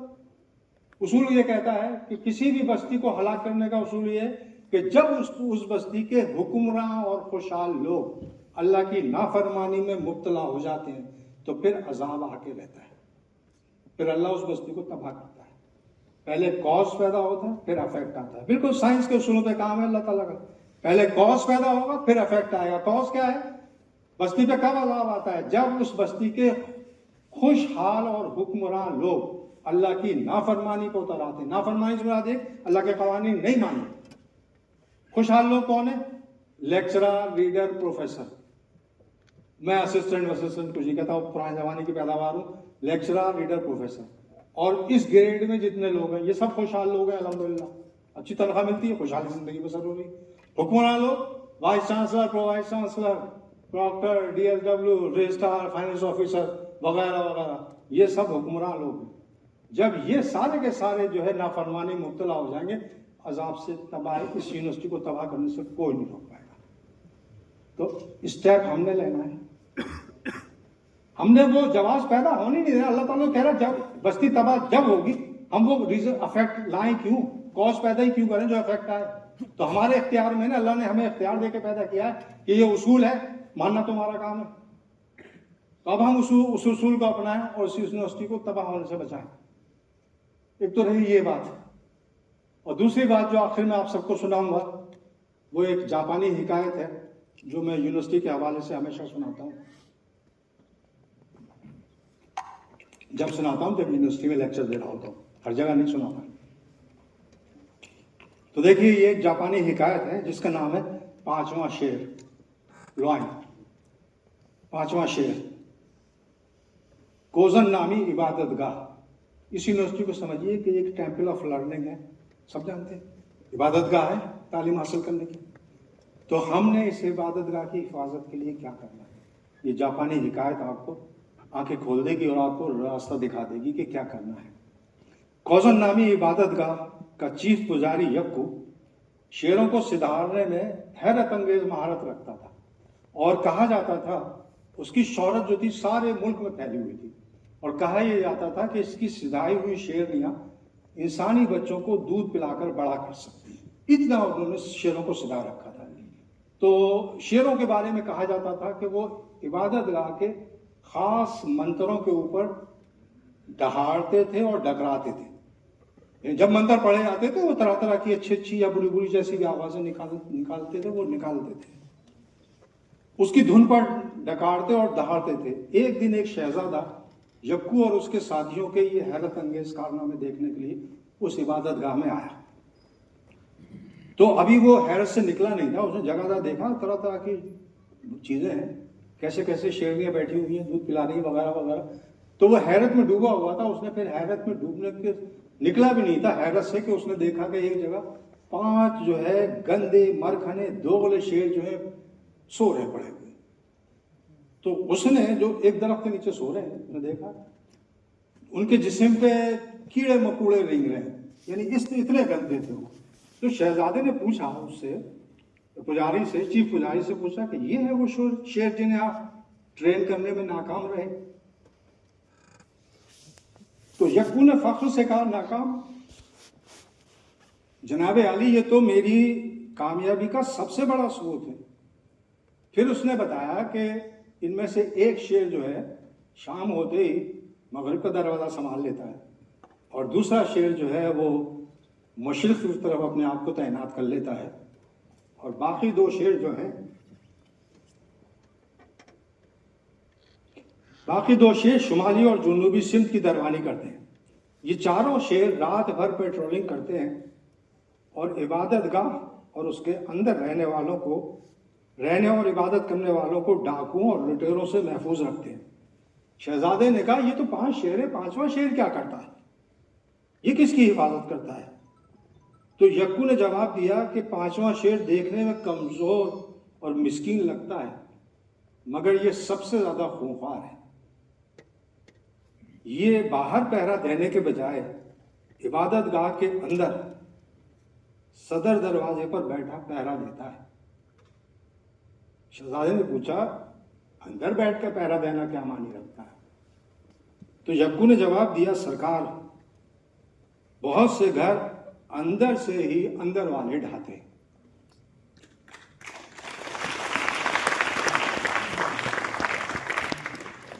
दोस्तों, अजीजों, साहिबों, ये 5वां शेर कौन है और कहाँ है? ये शेर किस कछार से डकारता हुआ निकलता है?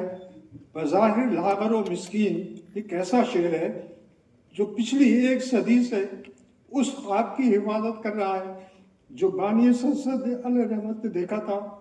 ये शेर जो गायब भी है और हाजिर भी, जो मंजर भी है और नाजिर भी। ये शेर है सारी अलग बिरादरी, जो तुम भी हो और जो मैं भी हूँ, जो मैं भी हूँ तुम भी हो।